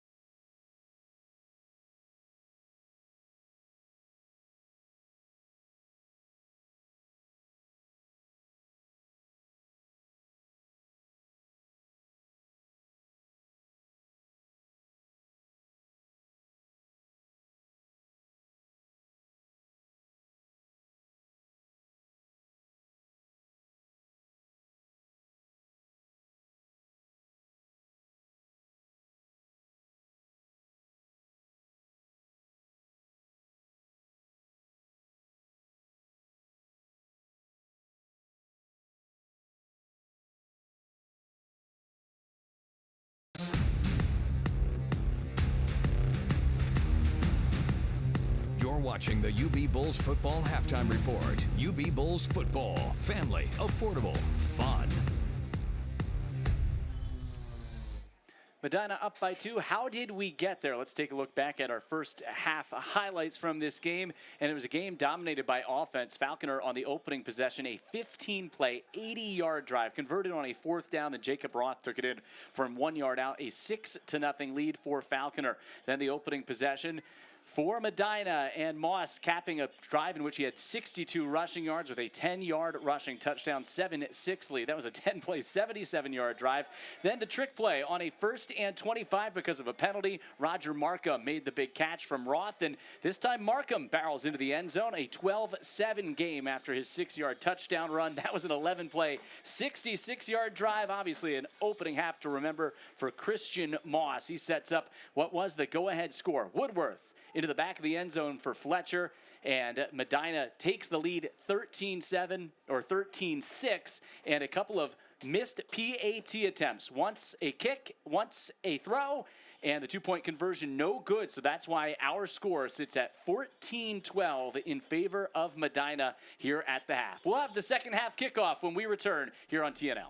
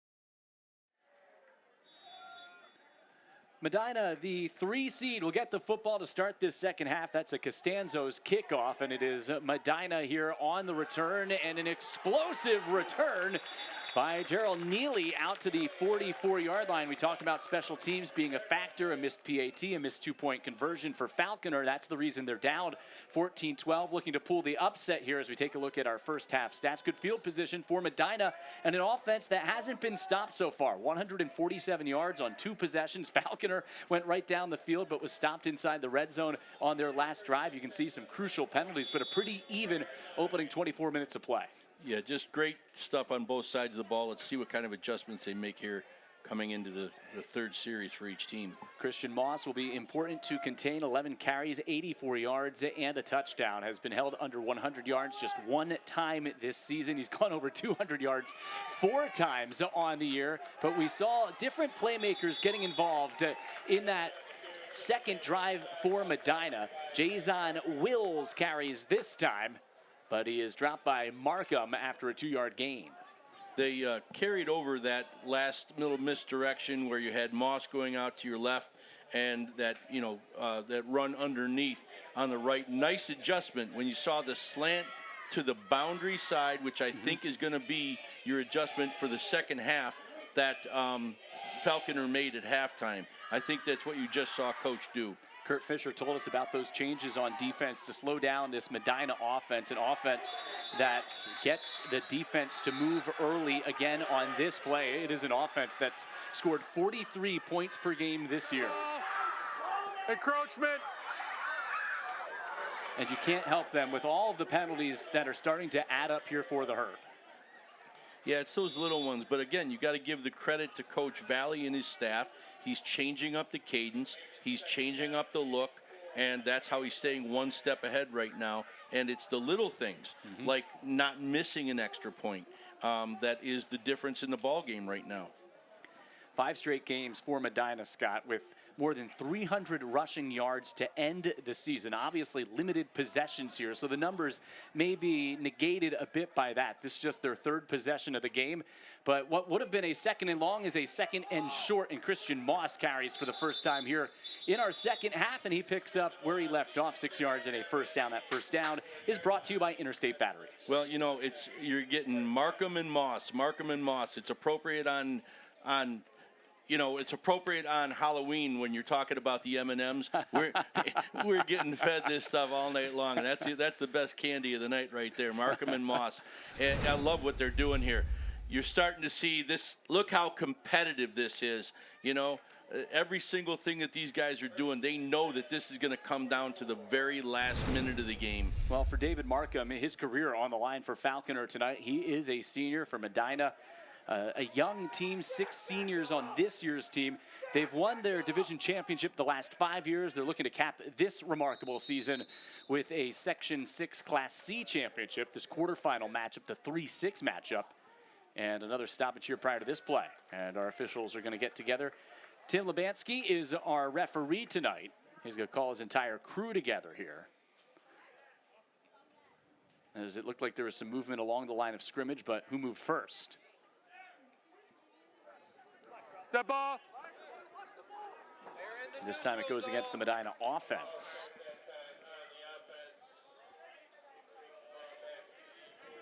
So Medina facing a 1st and 15 from just across midfield. Let's see if we can see the movement up front.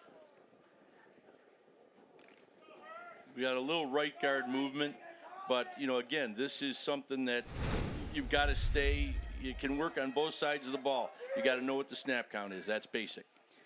Brody Fry, one of those seniors up front who's had a big year. Throw downfield, over the shoulder, and incomplete for Jarrell Neely. What a throw by Woodworth. He dropped it right in the bucket. Let me tell you, this is how good the coaches are here. Medina sees for the very first time in the previous play with motion, he draws man coverage. And what do right after that? They go deep for the very first time as a direct adjustment from the very first motion they put in. So they're 2 plays ahead right now in their calling sequence. Neely had a step on Jacob Roth, but that throw over the outside shoulder could not adjust and make the catch. And we talked about in the first half, as you talk about adjustments, it's that ongoing game between these 2 veteran head coaches that we're seeing here tonight.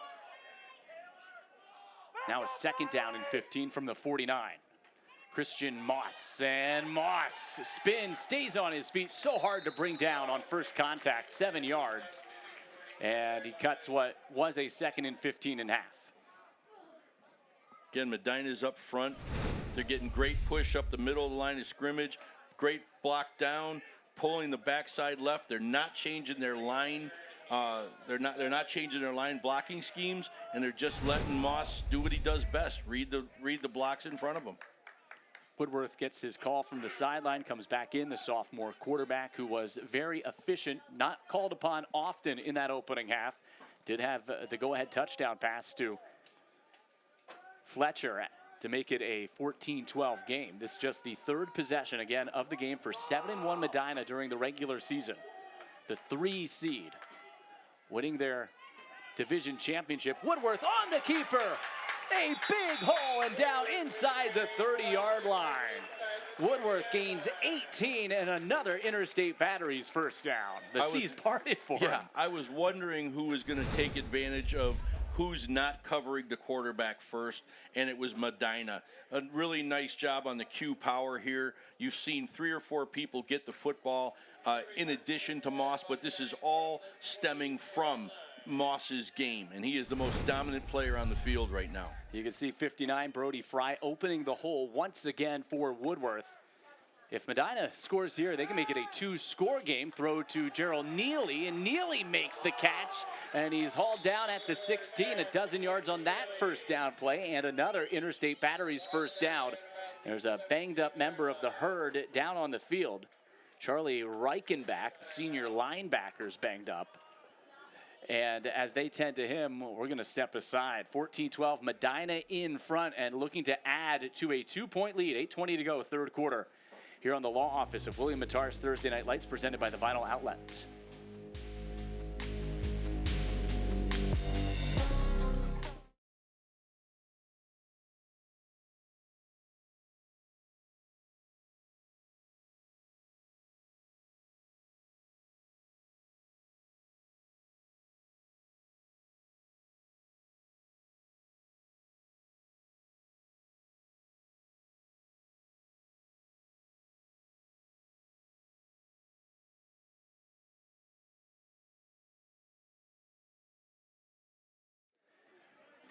There is Reichenbach on the sideline. Good to see him get up under his own power and walk off. Tonight's closed captioning exclusively brought to you by Babsha's Pierogi.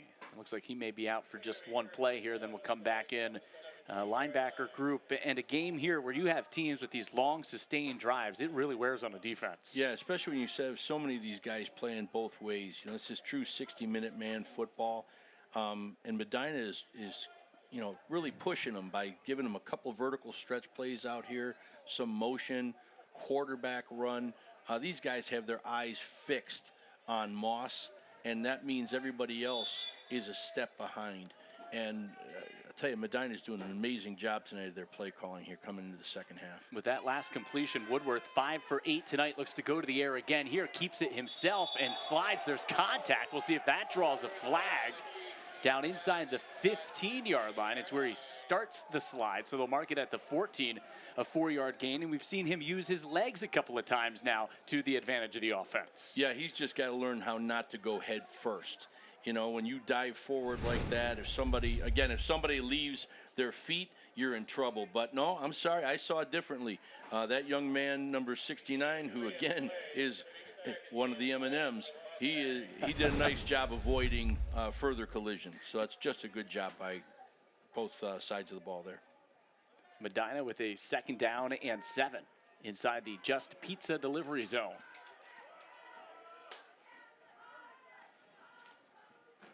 This their opening possession of the third quarter. Nearly got the defense to jump again, and Woodworth looks to the sideline for a new call. That play taking a while to develop, and a timeout taken by the Mustangs. This is a crucial drive, up 14-12. And because of a couple of missed point afters, an opportunity to make this a 2-score game right here. Falconer looking for the stop, and if they can come up with that stop, maybe it will be because of a defense play of the game. Don't forget, we'll be selecting the Vinyl Outlet defense play of the game at the conclusion of tonight's game. The Vinyl Outlet, Western New York's best porch, deck, and fence installations. Only one stop so far in this game for a defense. It was Medina getting the stand inside the red zone on Falconer after they put them down inside the red zone because of a couple of penalties at the end of the first half. Yeah, your defensive play of the game might be the block kick, as it turns out, because when you're down and there's not a lot of turnovers, we're seeing a block kick here. That could be the defensive play of the game. And that was after the first touchdown, so it forced Falconer to go for 2 the second time they scored, and the pressure on the quarterback by Brody Fry forced the incompletion, looking for Roger Markham in the back of the end zone. And those 2 plays right now, conversion plays, the difference in this football game. Yeah, you're starting to see the real versatility of Medina's offense. They're going to check with me's now, looking to the sideline for the right play down here. It's pretty versatile offense they have.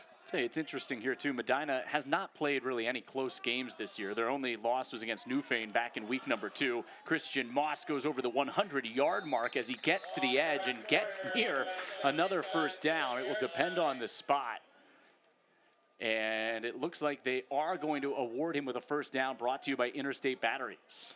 Now that just goes to show you that not only does he run well with his eyes and reads his block, but he's got the ability and the power to break man tackles, because he was caught there back in behind the line of scrimmage, but he ran through arm tackles like it was just, walking through a turnstile. 14 carries, 105 yards in the ball game now for Christian Moss. So over the 100-yard mark, which is ho-hum for him for the 7th consecutive game. Neely's on the sideline as they go with the power formation in a 1st and goal situation already halfway through this third quarter. And back into the hands of Christian Moss. He sidesteps one. He dives, reaching for the end zone. Touchdown! And Medina takes a 20-12 lead. Impressive opening drive. He's getting stronger as the rest of the defense is starting to show some wear and tear. If you look at, we do not have replay, but he may have been down, but his ability to extend a play, yeah, he probably should have been down there, but the score is the score. And Callard now with a crucial point after to make it a 2-score game. And when he has time to kick, it is dead on every single time. It's a 9-point game. Medina has scored on all 3 of its possessions, a 21-12 lead for the 3rd-seeded Mustangs here at home on Halloween. Don't go away. You're watching the Law Office of William Mattar's Thursday Night Lights, presented by the Vinyl Outlet.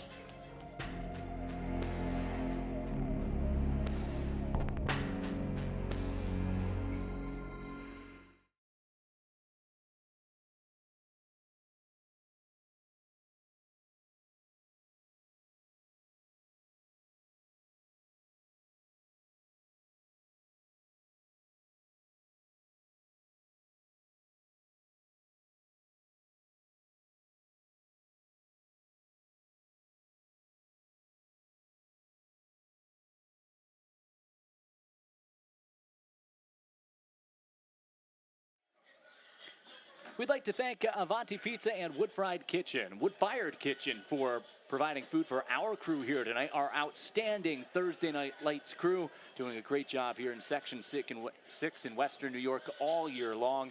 And that food was outstanding before the game tonight. Chicken parm, meatballs, little penne vodka down there. It was a good meal to feed our crew working here. Nice warm conditions tonight. Temperatures, a breezy night, dipping down into the 60s here on Halloween. And there's a Falconer herd sideline that now needs to find a response. They've scored on 2 of their 3 possessions. The only time they didn't score, it's because the half ran out. And after a 9-play, 56-yard scoring drive, it's now a 21-12 lead. We talked about why we got to this point. Falconer really has its backs against the wall considering how limited their possessions have been here in this game. Well, there's 2 things that have to happen. One, they have to come out and remain consistent. They've got to come out and score, and they have to get a 2-point conversion. And then they have to make a stop on defense. no one has stopped anyone yet. If Falconer wants to win this football game, they've got to throw the baby in with the bathwater, and they have to stop this Medina team at some point. And that's just what's got to happen here. Or your onside kick. If you score again, you got to get the ball back again, because if you keep trading downs, it's just a matter of the leg. Colt Callard will kick it off. He's kicking with the wind here. I'm not sure that Falconer will have an opportunity, and because of that wind, it blows the football off the tee. You mentioned Moss and trying to stop that offense. He has 15 carries, 111 yards, and a couple of touchdowns, including what was the touchdown here on that opening drive. Only one possession so far in this third quarter. The wind picking up again and gusting, and now they're going to need someone to hold this football for Callard. Colton Fletcher is going to be that guy. Look at Mike Vanderjack, the longtime NFL kicker. He's from nearby, just across the border in Canada, and moved back to the area to be closer to home. And he's working with a bunch of different kickers, a bunch of different schools. He's done a great job with Callard, who's got a Division I leg, especially with that wind, and that is into the end zone for another touchback. So Falconer will have 80 yards in front of the herd here, looking to get back within a couple of points. That was a Costanzo's kickoff, brought to you by Costanzo's Bakery, as these teams have traded Firth Jewelers touchdowns here tonight. Go forth with Firth.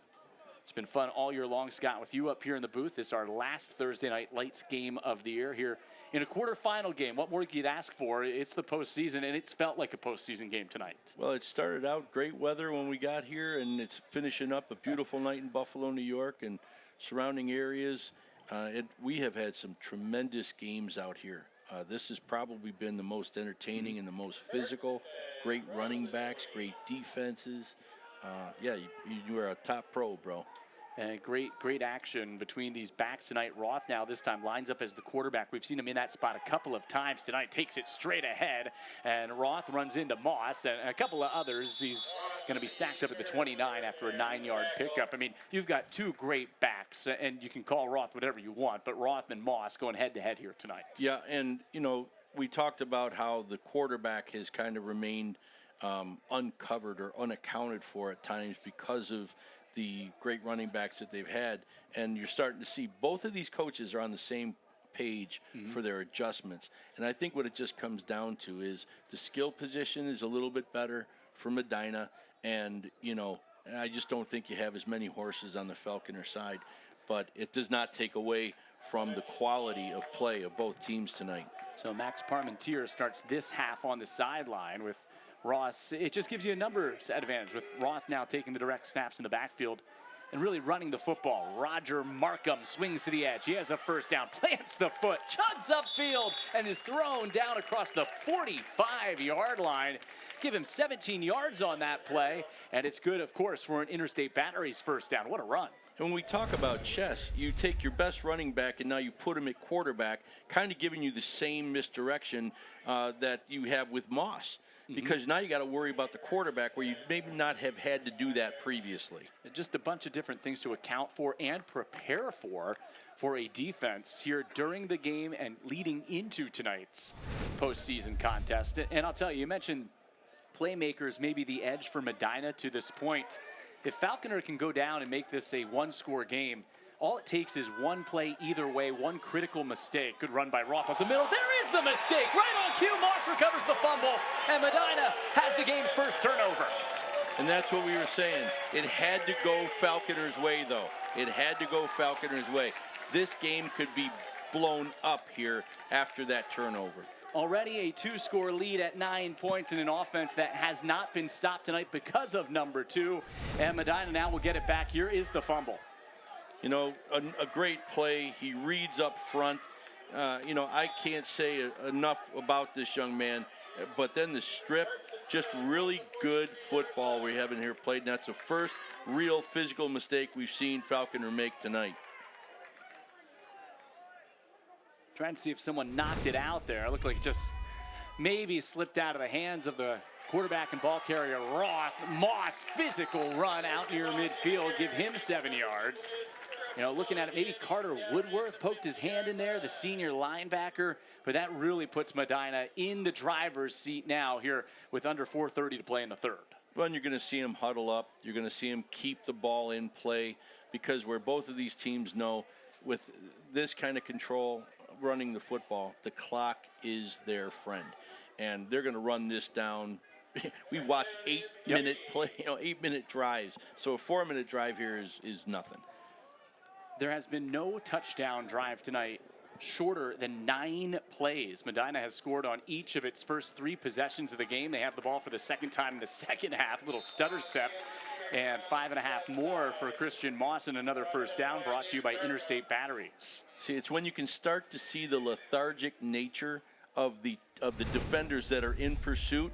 You're about to have a big play break open here. You're just not seeing guys getting off the ball like they did before. Might have had a little hole in there, but you're about to see this young man's going to break one here before the night's out. Medina, Newfane, and Alden all tied 7-1, 6-1 in the league in the Class C North Division. Medina winning the North Division Championship for the 5th consecutive season. Newfane is the #1 seed out of the North by having the most power points, but this is a very good Medina football team. And there is the explosive play, bolting down the sideline. Jason Wills inside the 20-yard line. And again, it is the 1-2 or 1-2-3 punch that Medina's been using all night long. It's the underneath power from their H-back position, and he is no slouch, this young man. He's got great speed, great burst. Set up again on a big block by Brody Fry. It's another first down from Interstate Batteries. I know you love 59. We talked about him on defense, but that guard, he's an athletic guard getting out in front of some of those defenders. Yeah, they've done a great job all night with that backside pull. Just a couple little wrinkles like that, and they know when to call it. Back inside the red zone, our Just Pizza delivery zone, and Medina, it really feels like looking for that knockout punch right here. And you can see you just see the body language of the defense. They're up under 10 yards in the defensive backs. If they get through that second.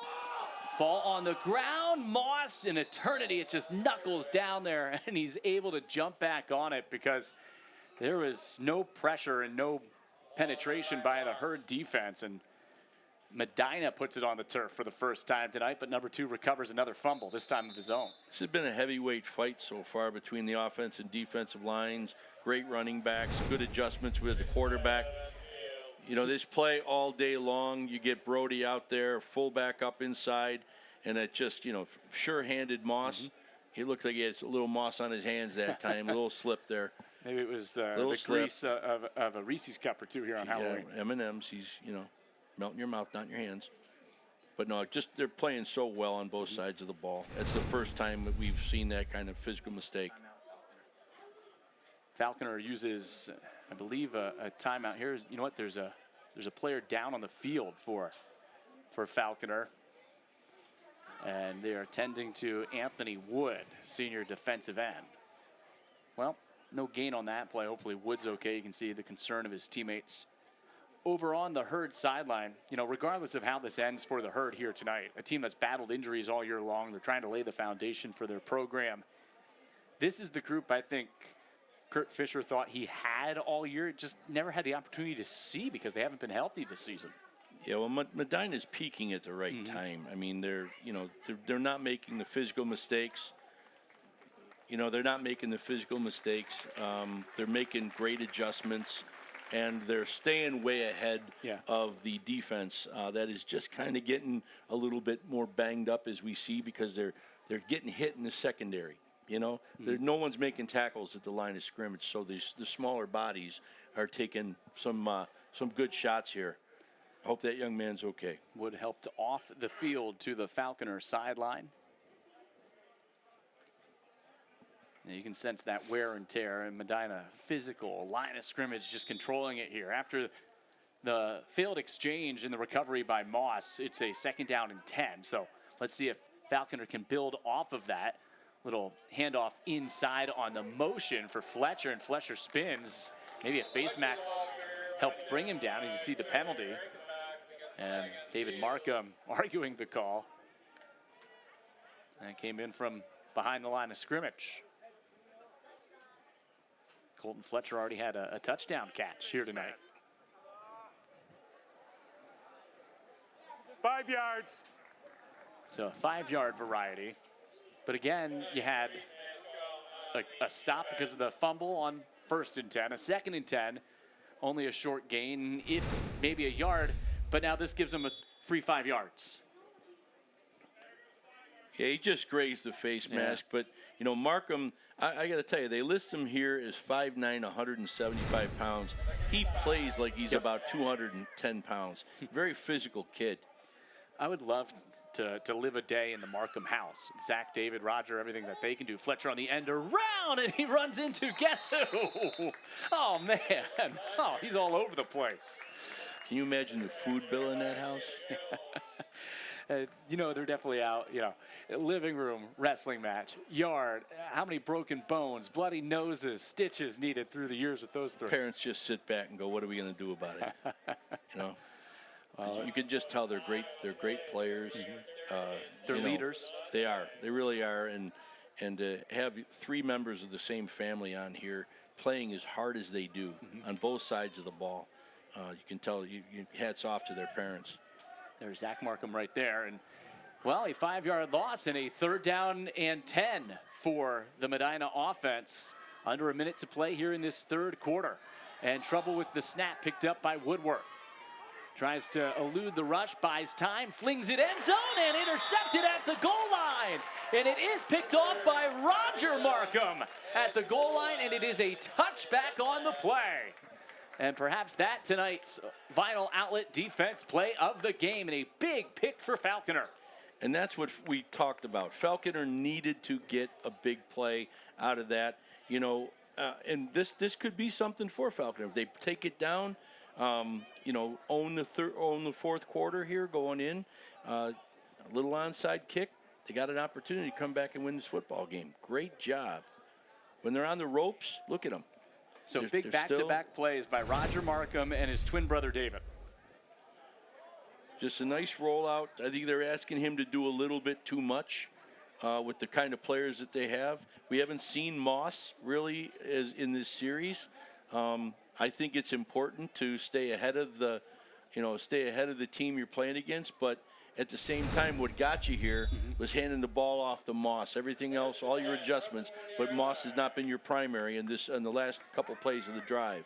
Yeah, they were really moving the ball with that smash mouth run game, and Moss and all the yards after contact. Roger Markham gets the edge and gets a block. Roger Markham explodes across the 40 and out near the 45-yard line. Markham gains 24 yards and a 1st down from interstate batteries. Great blocking for number 12. Yeah, the perimeter blocking has been great. Taylor Jones did a really nice job there on the outside. Good job by the junior. He's a 5'7", 750-pounder. He got up in his face and did a really nice job in his stalk block that allowed him to get yards after being first getting touched out there. Nice job. This could be the final play of this 3rd quarter. Falconer down by 9 in desperate need of a touchdown. Turned it over on their last possession. Came up with their first stop of the game on defense. Jacob Roth goes up the gut, and he is spun down by Fletcher after a 2-yard pickup. And that will take us to the end of another fast 3rd quarter here. 21-12, Medina in front, but Falconer with the ball. Can they come from behind and pull off the upset? The Class C quarterfinals, Medina in front, 21-12, the 3rd seed on top here at home on Thursday Night Lights.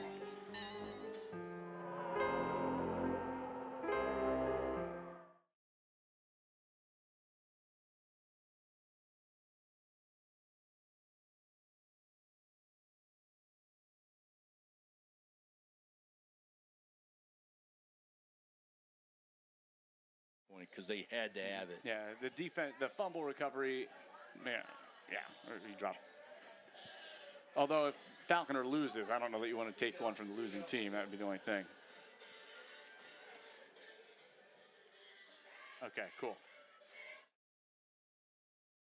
I like the interception, to be honest with you, because it's given them. It was the equalizer. All they did was lose 6 minutes. But now they got the opportunity to own the 4th quarter.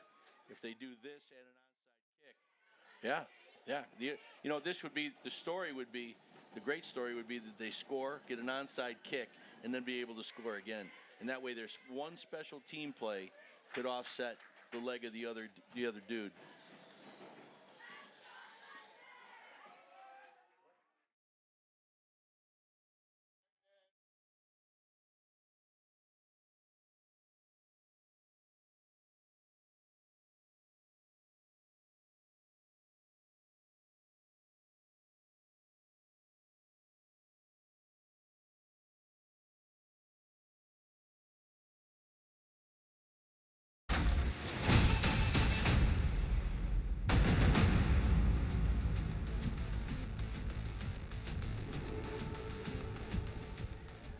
Great look here at Veterans Memorial Park. 21-12, Medina in front to start this fourth quarter. Falconer with the football. You know, Babe Ruth actually played a baseball game here back in 1920 when he was barnstorming the country. And nowhere to go on this play. Actually, a loss of 2 for Charlie Reichenbach as he's thrown down by Moss, among others, on the outside.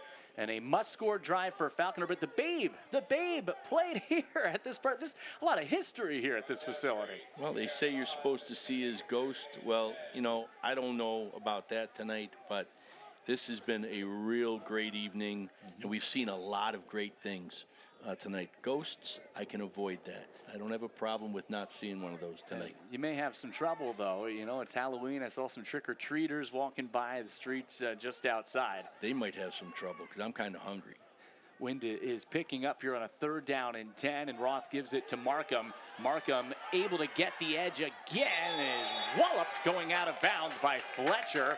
That big hit keeps them 2 yards shy of the 1st down. They'll have to go for it here on 4th and short. I really can't say enough about the perimeter blocking tonight by both teams.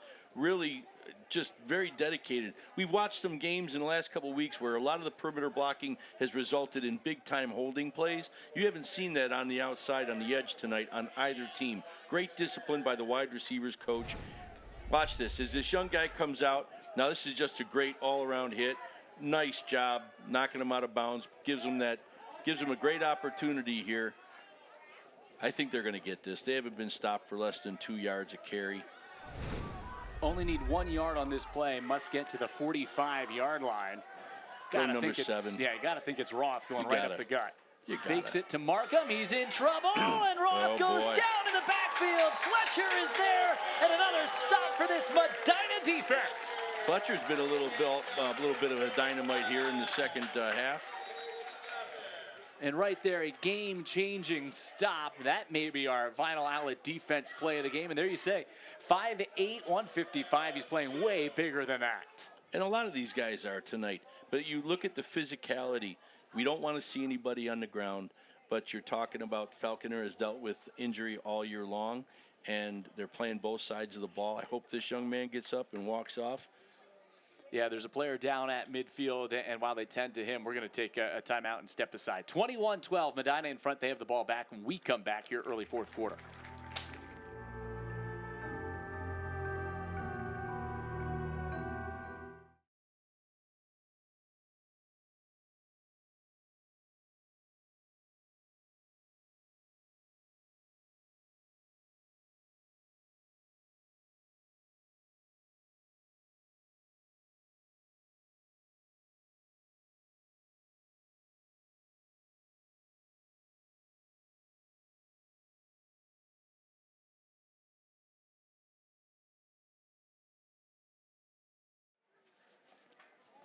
Coming up after tonight's game, our trophy presentation. The law office of William Matar Thursday Night Lights trophies are designed by Niagara Awards. Big stop by that Medina defense here to start this 4th quarter, almost a minute into this 4th quarter. And you expect now, after the last drive for the Mustangs stalled out, to go right back to Christian Moss. Yeah, you know, one of the things you're still seeing the ball control and the, eating up of the clock. But you're not seeing the scoring like you did in the first half. The finish isn't there. Here is Moss. He's got a wall. Wow, and he is stood up in the hole by Markham. Gains 3. That looked like it could have been a whole lot more, but number 69 picked his way right through that wall up front. He's been impressive today. He really, I think, you can just tell his leverage. Here you have Moss at, a sturdy 6 foot, 200 pounds, and you have Markham at a 5'9", 175. he just got underneath his pads and, laid down some lumber there. I'm watching Moss in the backfield. This time they go with that pistol. He bends a little bit, almost runs a little bit like that Ashton Genty guy from Boise State, who kind of stands straight up in the backfield and darts for 10 yards on this play and another first down. This one brought to you by Express Windows, now installing windows as low as $329 within 5 to 6 weeks. Great run, and as I said earlier, he just seems to get stronger as the game goes on. His O-line's impressive. Yeah, sorry, Scott. Just wears on that defense. Last year at 1,300 yards and 16 touchdowns, by far surpassing that this year at about 1,800 yards on the season. A couple more touchdowns tonight, 25 touchdowns. Just Adam Nunez with 1,900 yards and 27 touchdowns for South Park, and they'll have postseason action coming up. The only one better in Section 6 this year, a couple of yards this time, and he's twisted down by number 57, Aiden Testa. And had we not seen Nunez in that, that game-breaking, the state record, 580-something yards total, he probably would be the #1 runner in Western New York. I think he's a top 5 in the state, though, too, right? Both of those guys. Yeah, outstanding runners here in the Buffalo area, and we've been treated to, again, we were talking about it before. This is our last broadcast of the year. Our Thursday Night Lights crew has been terrific. Eric Carpy, our producer and director back in the truck, has done an awesome job here with our crew all year long. But we've seen some great players and players that have a future at the next level, including this guy, Christian Moss. And Moss stood up by Markham in the hole, but he's so tough to bring down. Picks up 4. It'll be a 3rd and 4. What makes him, I know we've talked about it a couple of times tonight, but what makes him so good? What is it about him? It's his leverage. It's his leg drive. It's his vision. I mean, he's got everything that college coaches look for at the next level, because once you put him up there, he's going to be a 225-pound running back when he's a senior. And I haven't seen him take a dinger yet. He's a young man who has not even, he hasn't taken his foot off the gas all night long. He's durable as well as deceptively fast, and, he's got it. He really does. He's the top guy besides the kid from Canisius that we've seen this year. Kurt Fisher, you can see the look there. He knows his defense needs a stop here to have any chance, but it is Moss, and Moss dropped by Markham. David Markham stops him for a gain of 2. So it'll be 4th and 2. Falconer just grasping here, trying to stay in this football game as the clock winds down under 8 minutes to play. But what a game for Markham. A couple of games this year where he's had 20 tackles in a single game.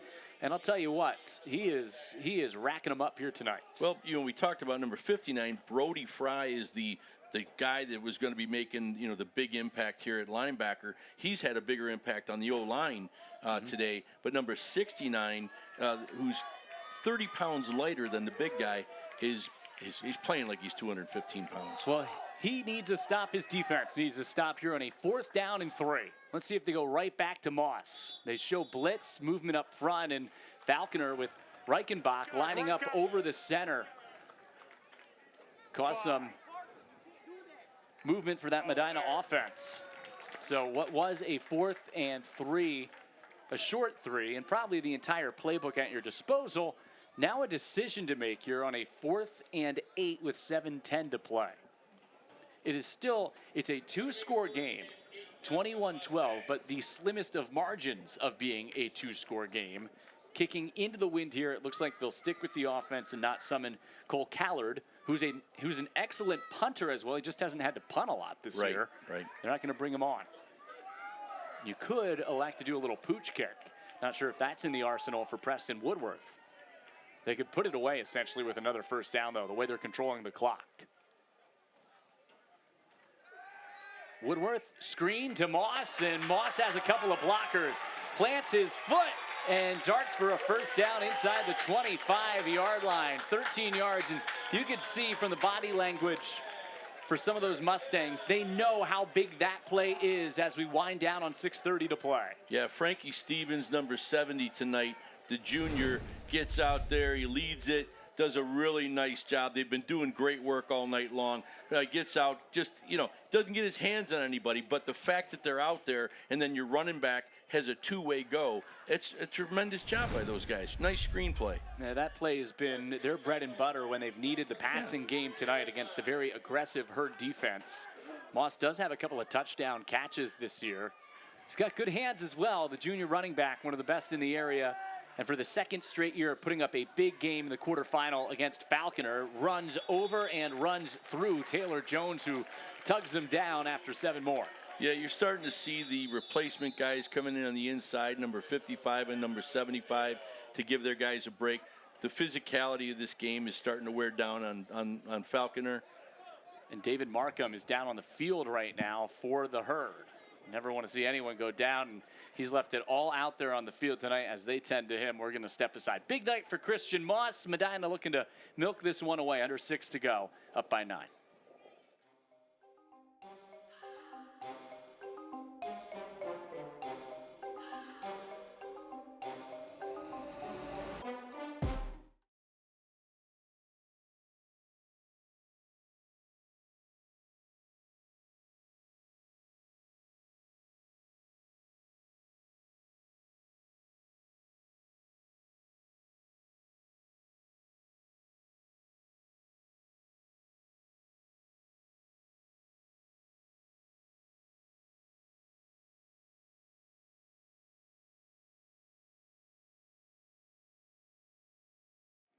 Tonight's closed captioning is exclusively brought to you by Babsha's Pierogi. Scott, I don't know about you, but as Markham gets off and goes off under his own power to the sideline, he'll probably be ready to check right back into this football game. But I'll probably lose a little weight after this season. I leave these games hungry with all the sponsorships from food sponsors that we have at the end of the night. Yeah, when you start to take a look at how these guys have played, there's going to be a lot of pizza eating and candy eating afterwards. These guys have earned it. They burned a lot of calories out here tonight. Especially Christian Moss, who's just had another outstanding performance, 171 yards, a couple of touchdowns last year. He's a big part of this run game, and really he has been unstoppable tonight. Right now, waiting to snap the ball to use all of the play clock. 5:10 to play, fourth quarter. Christian Moss gets the handoff, and Moss goes right up the gut inside the 10. They're back inside the Just Pizza delivery zone. It's another first down from Express Windows, now installing windows as low as $329 within 5 to 6 weeks. Just a little stutter step, so patient. Even at the end of the day, look at the leverage he runs with. Has great control of the ball. He's a complete player. Moss already a couple of rushing touchdowns here tonight. Woodworth also with a touchdown pass in this game to Colton Fletcher. That was the final score of the opening half, resulting in a 14-12 Medina lead. They have the only points here in this second half. Looking to go back-to-back here in the quarterfinal with convincing wins over Falconer. And it is Moss looking for the hat trick. He's on his feet, and he is into the end zone for the touchdown. And Medina with an exclamation point on this one with the third touchdown rush of the night for Christian Moss. And that puts him basically at his same total as he had last year. 170 yards rushing here tonight for number 2. He is, I think you can probably give him the rest of the night off. But look at this. He just finds the way to get into the hole. And everything's moving forward. When he makes his cut, he's not lazing around. Everything that he does is he moves forward. That's what makes him a great running back. Every step he takes ends up with a vertical step behind it. And that, you can't get a better kick than that. That thing almost hit our camera. Flag comes in after the play. Going to be a roughing call. Looked like someone ran into the holder there. But Callard, the difference in this game all started with Falconer chasing points after missing the first PAT. They scored 6, and they were chasing points the rest of the game. It changed the entire complexion of this one. Well, people don't respect the kickers as much as they should, because when you get one as good as they have. Succeeding kick. Maybe an offside penalty instead. Thought there was contact there.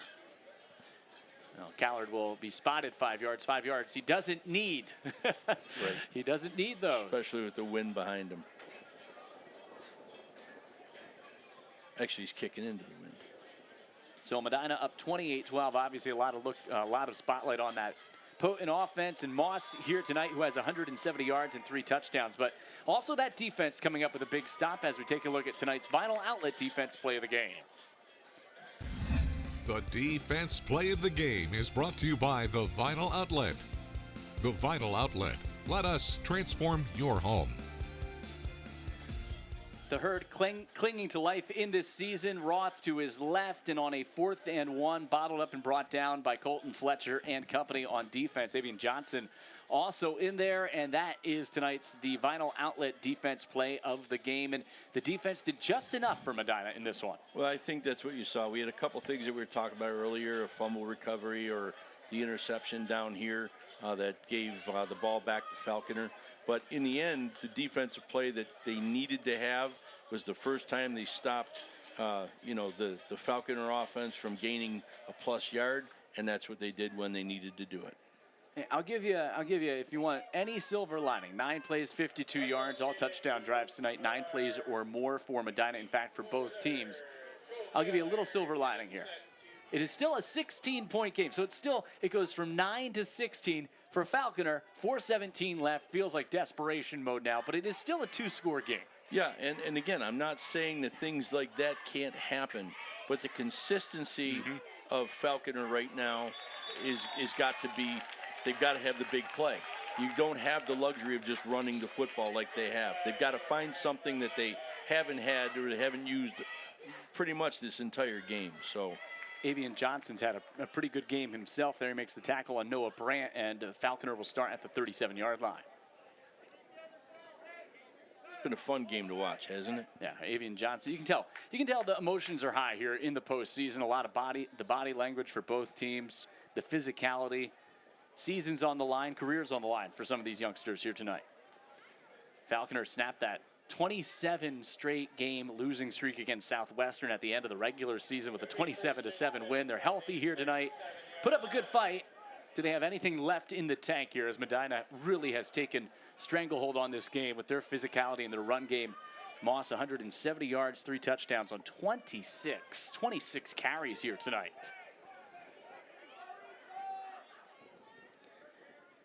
Max Parmentier back in at quarterback on this possession after it had been a lot of Jacob Roth taking the direct snaps here in the second half. Good run by Roth. He spins forward.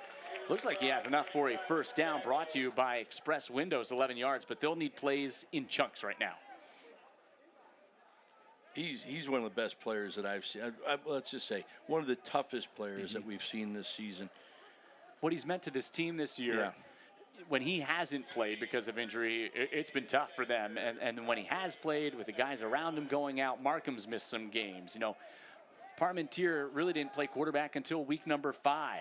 It's been big guys. It's been big key players that have missed action all year long. Taylor Jones, knife stays on his feet. Good run by Jones, and he barrels for another first down. 12 yards for Taylor Jones on that carry. Shame on me for kind of giving some a little position here about 2 minutes ago that these guys wouldn't fight to the very last minute because they've been doing this all night long, and that's what you got to love about, Falconer. They're playing tough. So that and Express Windows first down, and pretty quickly here to the 42-yard line.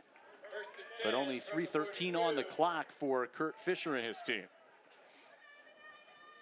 I feel like they just need a big play. Can they go back deep into the bag of tricks here on Halloween? Timeout, Kurt Fisher, and valuable down the stretch.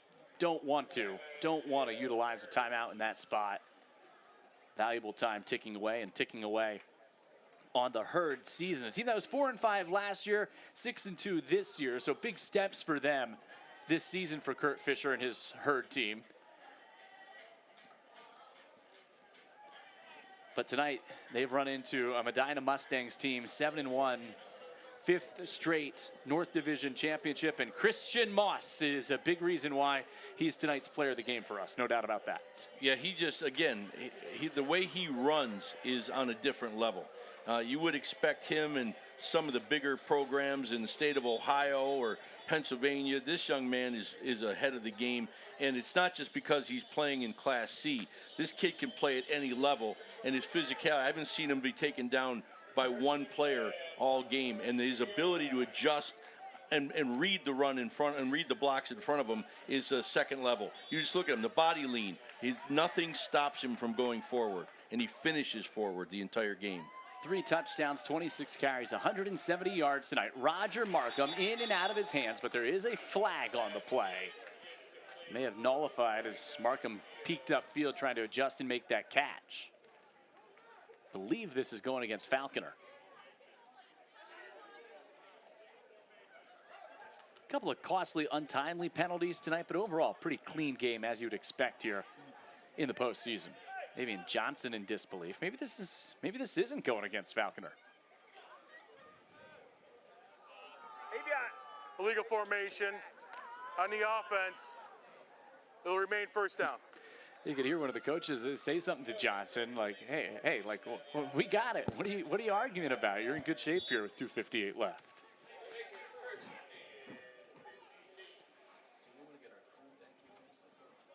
And the clock continues to wind against the Herd.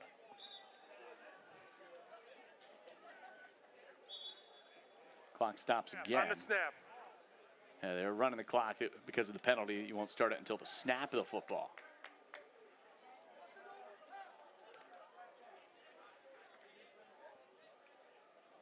They may have to readjust the clock.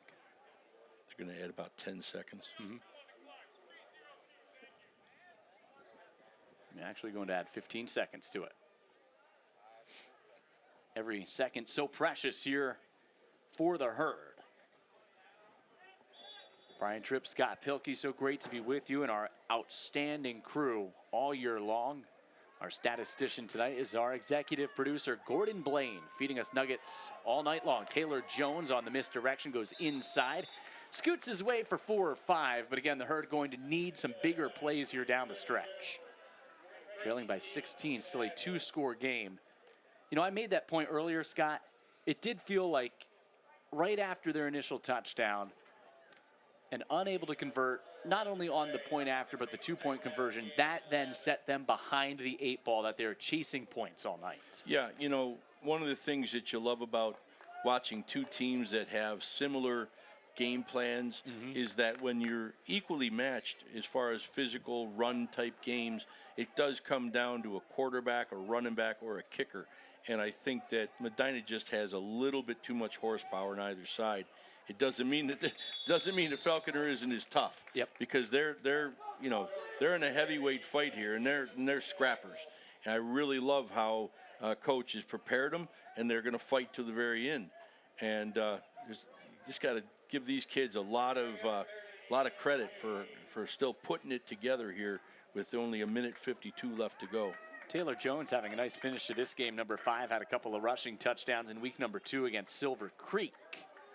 He's just a junior, expects to be a focal point of the offense heading into next season because Jacob Roth is a senior and he is dragged down in the backfield. Good play by the linebacker Jason Wills.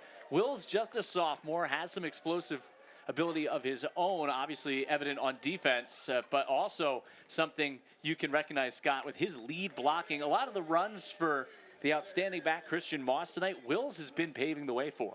Yeah, you know, again, we talked about all night long, the offensive line, the running backs.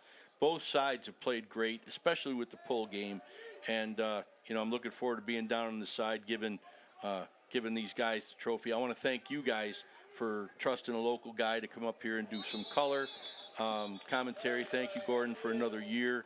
I've had a chance to, you know, kind of stretch my legs from the coaching position up here to do a little color commentary. Thank you very much for that. It was fun to work with you this year. I think we make a great team. Just hold on to your hat when you go down there. Wind's continuing to pick up. No problem. Thank you guys very much. I'm heading on down. Well, Scott will give out our last trophy of the year presented by Niagara Awards coming up here. A team that's going to be 2 wins away from a trophy in Section 6 Class C. The Medina Mustangs, the 3rd seed, survive an upset bid here tonight. They were spooked a little bit on this Halloween by the Falconer Herd. But as the clock continues to wind on Falconer, their season, and for so many of these seniors, their careers will come to an end here tonight in Medina. This may be the final play. Let's see. It's a 4th down. So clock likely will stop after this play.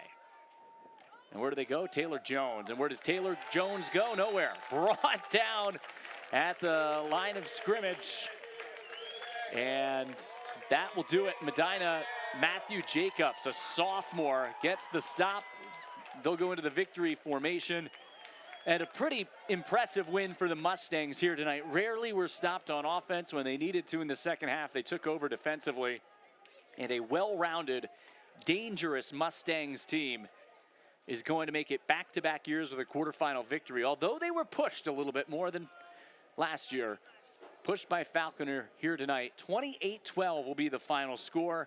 And they will take on the winner of Cleveland Hill and number 2 seed Salamanca, one of the powers and unbeaten in the area, in the semifinals next Friday. Next Friday, that will be the matchup. So Medina will move on. 28-12 the final score.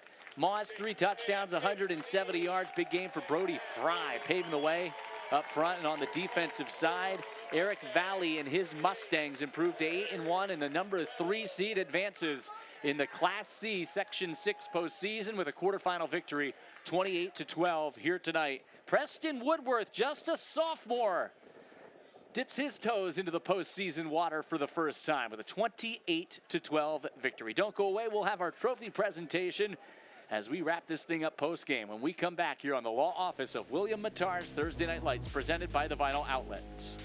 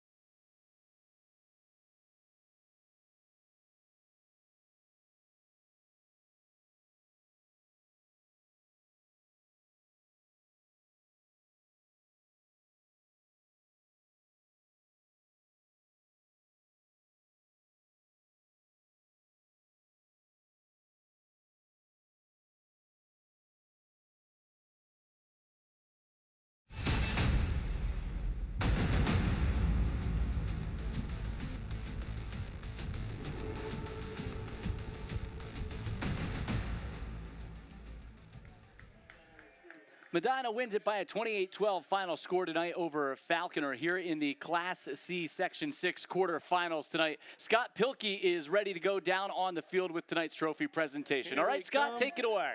and I think I'm ready to go now. Okay, we're down here with Coach Valley and the winning team of tonight's William Mattar Thursday Night Lights. Congratulations, Coach. Let's get it up here. Happy Halloween. Back up to you guys. Great night, guys. No doubt about that. Eric Valley and the Mustangs, an impressive victory tonight. 28-12 the final score. Christian Moss, obviously the headliner, 3 touchdown runs, 170 yards, and that's a physical football team that is at 8-1 this year. As they look for a sectional title, they won 2 in 2021. Can they get it done this year with this team? It is a talented football team, and we saw that on display throughout the course of the game tonight. All those long, sustained drives just wore down the Falconer herd as the 3 seed advances into the semifinals next Friday. They'll have an extra day to prep. They'll sit back and watch Cleveland Hill at Salamanca coming up tomorrow. Let's give a thank you to our crew as we wrap up our coverage here all season long. There you see everyone involved with our excellent production here on the law office of William Mattar's Thursday Night Lights, presented by the Vinyl Outlet. It takes a team to pull this off, and this was one of the outstanding teams that I've been able to work with and have had the pleasure to work with during my broadcasting career. Gordon Blaine is our executive producer, and Eric Carpy does a great job leading our truck each and every week. But all the young men and women on our crew out there battling the elements. We had pretty nice weather this year. You guys caught a break, but thank you for all of your hard work all season long.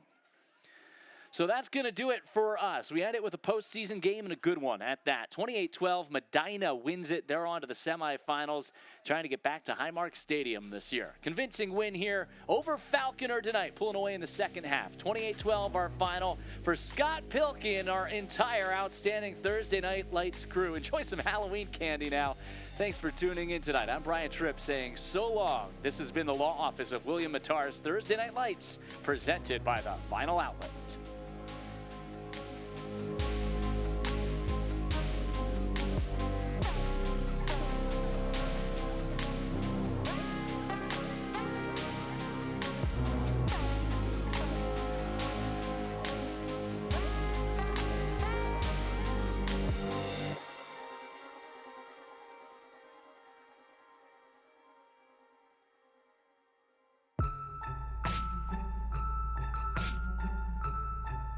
All of us would like to take a moment to thank the wonderful sponsor partners, the law offices of William Mattar and the Vinyl Outlet, who through their contributions to this program make these games possible for you viewers at home. We would also like to thank our other great sponsor supporters for their contributions to our Thursday Night Lights telecast: Aesthetic Associates, the University of Buffalo, Interstate Battery, Express Windows, Babcha Pierogi, Costanzo's Bakery, Willoughby Insurance, Firth Jewelers, Team Market Plumbing, Just Pizza, and CSL Plasma. And we would especially like to thank tonight's participating high schools and their administrators for their continued support.